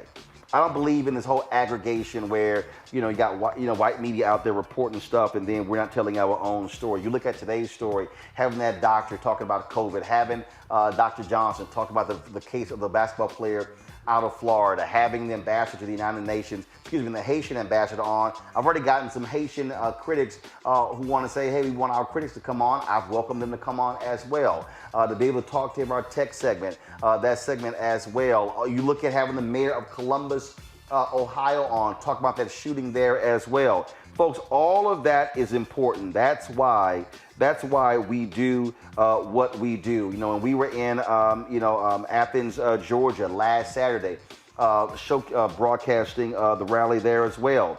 One of the things that we've been doing there is, again, giving you a different perspective. Here you can go to my iPad right now. Again, when you talk about upgrading our quality, you see how we're incorporating drone shots into our broadcast as well. Folks, let me be real clear with y'all. We are a black media company, but that doesn't mean that we are second class. It doesn't mean that what we do can be ignored. It doesn't mean that we can't do quality work like you see on CNN and MSNBC and Fox News and ABC and NBC, CBS, but it requires resources. It requires us to be able to hire staff, to hire freelance crews, to buy this equipment. What we are committed to, and what I am committed to, is to giving you the best product that we can give you, and that's why we do what we do. And so when we would live stream that rally on Saturday, that was live. It wasn't edited. For us being able to have those drone shots in there, for us to have cameras on the ground live streaming, that's why we're here. And so we've got some amazing things lined up in 2021. There's some new things that we're adding. I told you I was on the phone with an OTT company. Look, to build us an OTT channel, to build us a Roku app, an Apple TV app, an Amazon Fire Stick app, as well as for Android, that's going to cost $145,000. And so we're out here trying to make these things happen, because I do not believe that we as African Americans have to take a back seat to anybody. I believe that we as African Americans can create the kind of media product that you could be proud of. And so that's why we're doing what we're doing. So I would certainly appreciate if you support us in all that we do. Again, I'm going to say it for the last time, and I know it's Christmas season, and here's the deal. We've been asking our supporters to give $50 each for the course of a year. $4.19 a month, 13 cents a day. You can support us on YouTube or Facebook, or give to us direct by going to RolandMartinUnfiltered.com, using a Square for a credit card. Again, PayPal.me/R-MartinUnfiltered. Cash App, $RMUnfiltered. Venmo.com/RMUnfiltered. Zelle is Roland@RolandSMartin.com. You can send in a money order to New Vision Media, NU Vision Media Inc., 1625 K Street Northwest, Suite 400, Washington, D.C., 2006. This is 21st century journalism. The work that we're doing is what Robert Abbott did with the Chicago Defender. what Frederick Douglass did with the North Star, what Ida B. Wells Barnett did when she covered lynching, what A.I. Scott did with the Atlanta Daily World, what Claude Barnett did with the Associated Negro Press, what John H. Johnson did with Ebony and Jet, what Earl Graves did with Black Enterprise. That is what we are about. Folks, I want you to have a fantastic Christmas. Be safe. If you're gonna be with your family, please avoid do social distancing. We do not want to see more of us die because we were reckless. Wear your mask, wear your goggles, cover your ears, take all the precautions. If you travel safe. I prefer you not to travel. I'm not going anywhere. I'm leaving Atlanta tomorrow, flying back home to be with my family. But again, folks, have an absolutely joyous Christmas. Be safe, be well. We will see you live on Monday on Roland Martin Unfiltered.